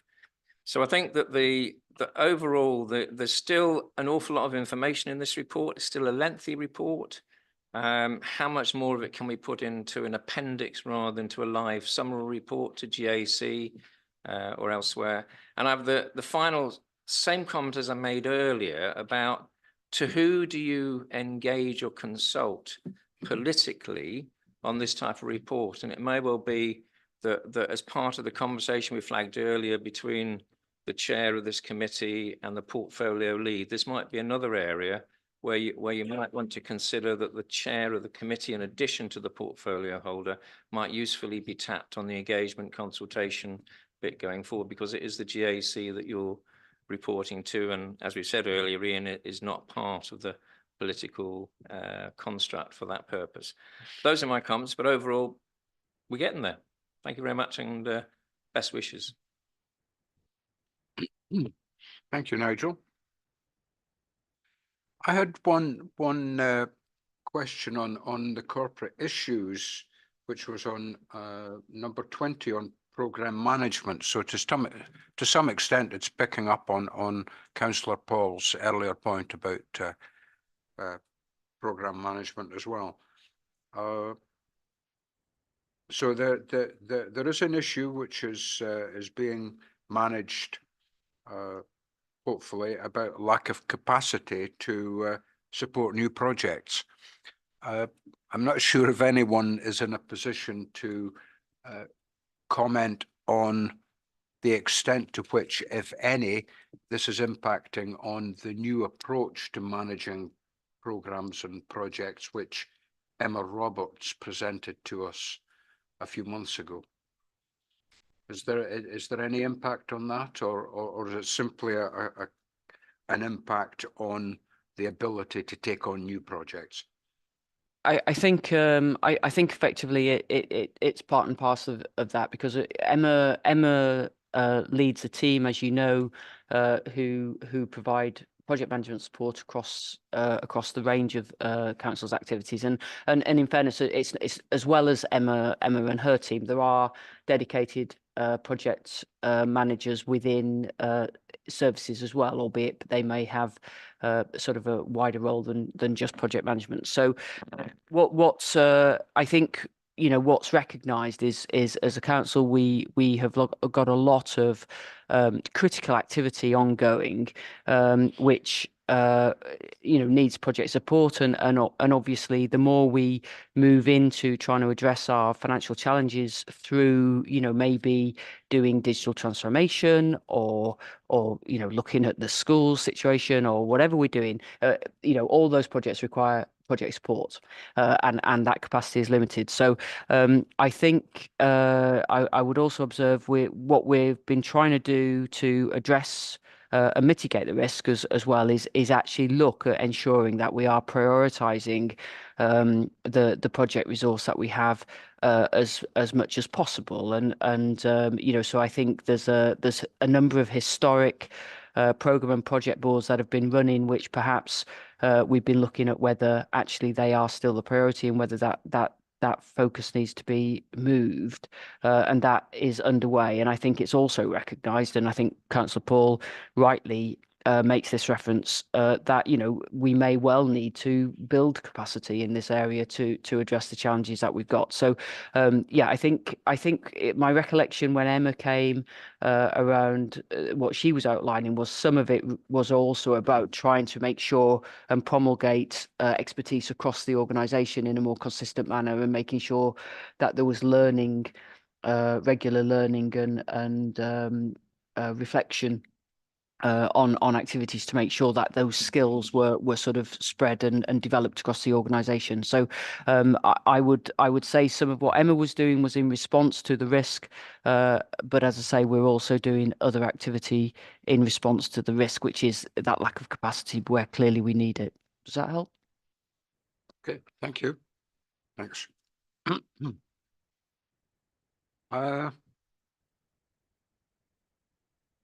I actually had another point I wanted to make, and it was the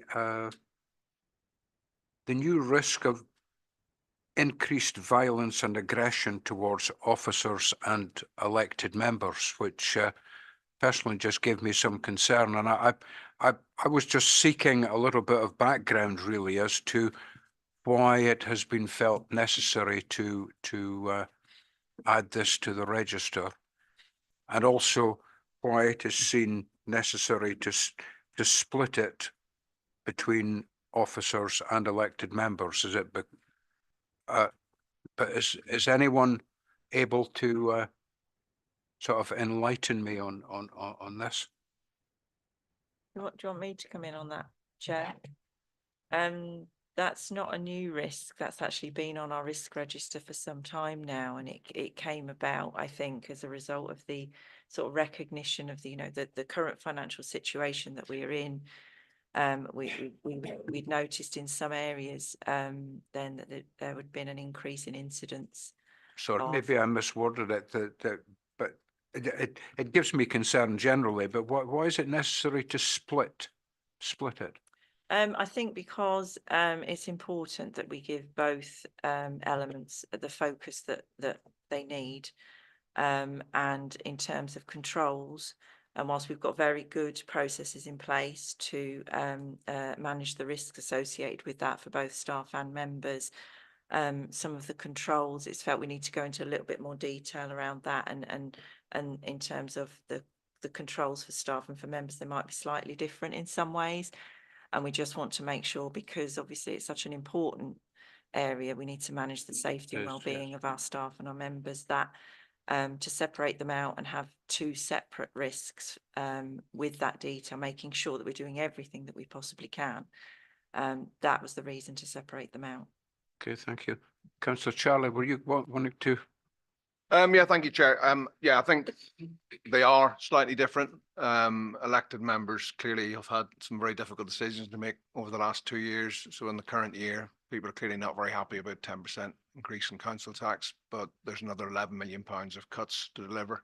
Social media is very divisive. It's very difficult for people to understand why there's that level of increase in their council tax and the cuts that go with it. So that can be quite a challenging environment in terms of this sort of, well, quite frankly, abuse that you can get on social media. Our council staff have a similar but different pressure in that at the front line when they can't do what somebody wants them to do. I think across society and generally we're seeing people getting more angry generally about things not being there. So it's a combination of a few things, but I think the pressures are slightly different. And certainly the level of blame, you know, people will assign different things to different people. So we're just conscious there have been quite nasty instances with elected members, probably more so the year before than this current year, because I think everybody was in a similar situation. But it continues to be an issue, continues to be a worry, continues to be an issue and a worry moving forward that you will not want people to stand, given the difficult decisions you have to make and the consequences that makes to yourself and your family. So I think it's right that we highlight them separately, but it is and will be a real concern for me moving forward. Thanks, Chair. Okay, thank you. Councillor Chris, were you wanting to say something? Exactly the same point, really. Elected members are in a very, well, it's a unique position, isn't it? We are expected to take more vigorous and sometimes over the top challenge, while we have to remember that officers are our employees. They are the employees of the council. Elected members are in a different situation. So yeah, I think the controls have to be different. And the leaders just mentioned or alluded to diversity and democracy. We want more people standing for election and a more diverse group seeking to go through the democratic position and represent their various communities and everything. But they won't do that unless they feel safe and supported when they do get elected. So that's an important focus for us. Thank you, Chair. Great. Thank you. So if there are no other questions or comments, can I please ask for a proposer in support of the thank you, Nigel. Seconder, Councillor Gareth. And please can I ask for a show of hands in support? 4, 6. I think that's I think it's unanimous. Yeah. Okay, thank you. And well done, Amanda. So moving on to your next, your second item, which is external regulatory reports, which are on pages 337 to 348. Thank you, Chair. So this time we are presenting, there have been 3 inspections. The action plans for 2 of those are in the pack. So the first one is an Nantabrinii. That was an Eston inspection of that facility, and it was actually a really positive Eston inspection. You'll find the details of that on page 340. I'll just go to that page now. So just giving an overview of that inspection and the positive feedback that was received. The action plan in response to the recommendations from that inspection you'll find on page 346, and that action plan and the progress of that will be monitored by the management committee for that site. The second report that is in this report is the Eston inspection of our education services, and that is outlined under section 3.6.2 on page 341. Just giving an overview of the areas that were looked at. That happened in November, and the final report was published in January of this year. And again, a very positive inspection. And there were 2 recommendations that came out of that inspection, and they're on page 342. The action plan for that went to Education and Skills Scrutiny Committee in March. to be scrutinised, and the action plan is on page 349 for you to refer to there. The third and final one was a domiciliary care inspection by Care Inspectorate Wales, and that happened in November of last year. A really positive inspection, and there were no non-compliances identified at that inspection, hence there's no action plan in the pack. So the action plans and the progress of those will actually come as part of the compliance reporting to GAC to monitor the progress of any recommendations. Thank you. Okay. Thank you, Amanda. Do I have any questions or comments, please? Nigel? Yeah, just quickly, Chair, I'm pleased to see this progressing in the way that we've discussed with the strategic director before in terms of who's responsible for which bit of work in the council, and I think that this is a neat summary and good example of that going forward. So well done. Thank you. Thank you.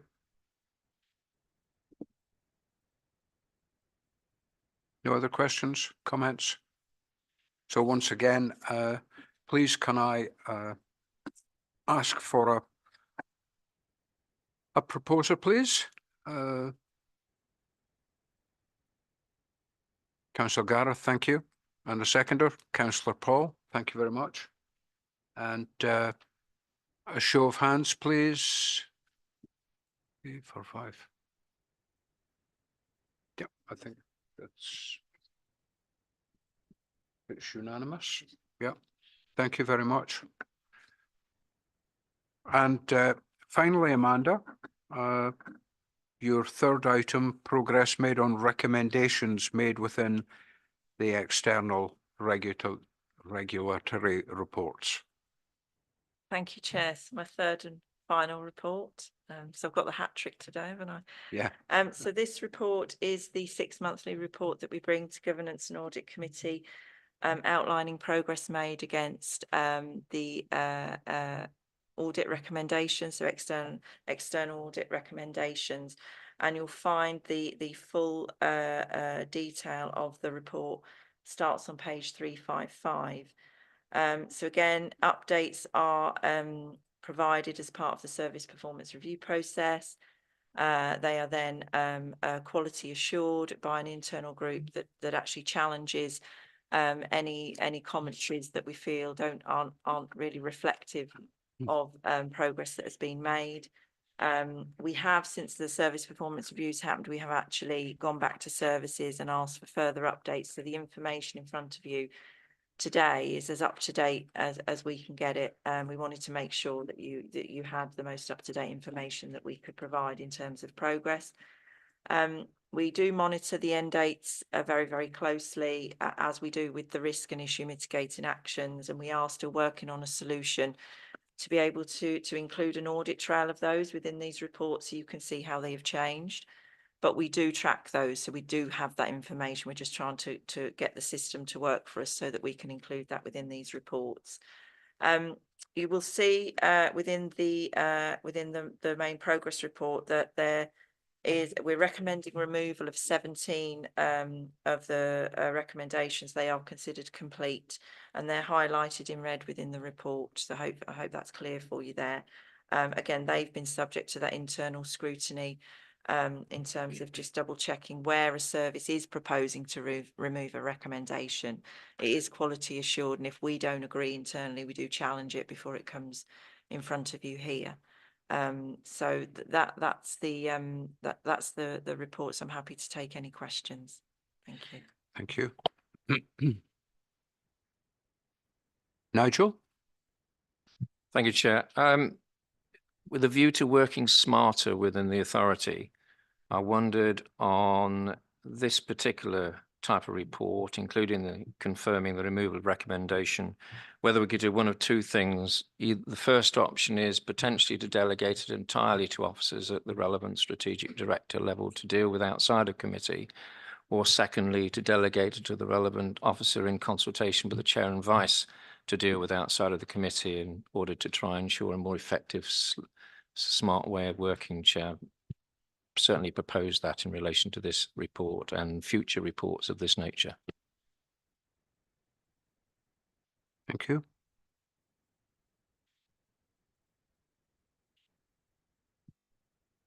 But Amanda, you're looking at me as if you were wanting to say something, but I'm not sure.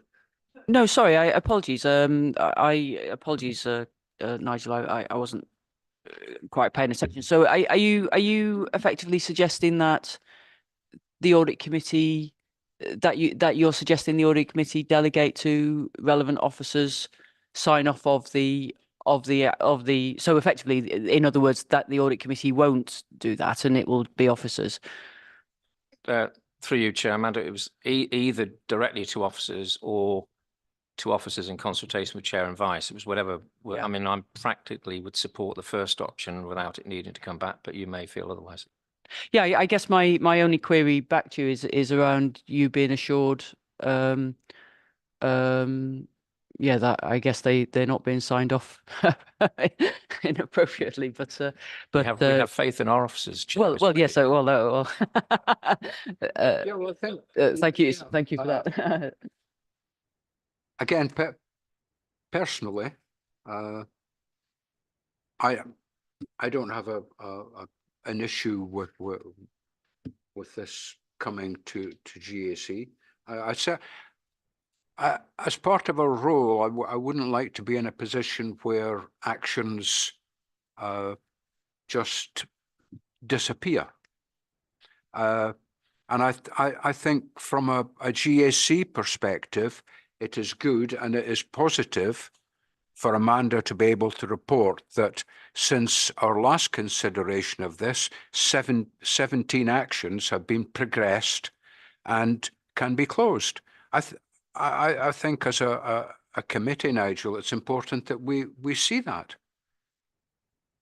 So, you, Chair, I could see in terms of reporting back for information, I'm looking to try and make more timely, smarter working to deal with issues that I understand the point about reporting back, and there may be a way of capturing that. But I don't think, for example, some of these actions need to sit until the GAC sits in a meeting to be approved. I think we should be working at a higher pace within the council than potentially we have done in the past. And I'm trying to get that momentum back into the way that the authority works around decision-making, speed of decision-making, which shouldn't necessarily come back to the time cycle of a meeting. But I fully understand in terms of reporting back at an appropriate time, but maybe there's a compromise there, Chair. Yeah. Could I suggest a compromise? Councillor Paul? Could I suggest, I tend to support your position, Chair, but as a compromise, could it just come back as an information item to us? I imagine it could. Yes. Yes. I mean, I'm supportive of your position, but I can also see, you know, the burden of the agenda and all of that. And if the assurance is by receiving an information item, you know, I'm certainly not going to go to the wall on it. But I'm supportive of your position, but just trying to make a little. But we shouldn't be getting into a great debate about what is an information item or not. But to some extent, what we've been presented with is an information item, and we're talking just about the, if you like, the frequency of it. And unfortunately, we only meet 4 or 5 times a year. So unless we find some other way of monthly reporting, then we may have to just go with this. And of course, there have been proposals made with regard to where these reports go to for the consideration, and we are only in future going to be receiving updates on actions anyway. Yeah. So I'll move the status quo, Chair. Thank you very much, Councillor Paul. So, no more questions? Right, please, can I ask for a proposer? Nigel's smiling there. Thank you, Councillor Paul. And a seconder, please. Oh, Phil, thank you. We still see your hand, Phil, but we don't see your video. And finally, can I ask for a show of hands on the Nigel's in doubt. So we have. Yep. Thank you very much. I think that.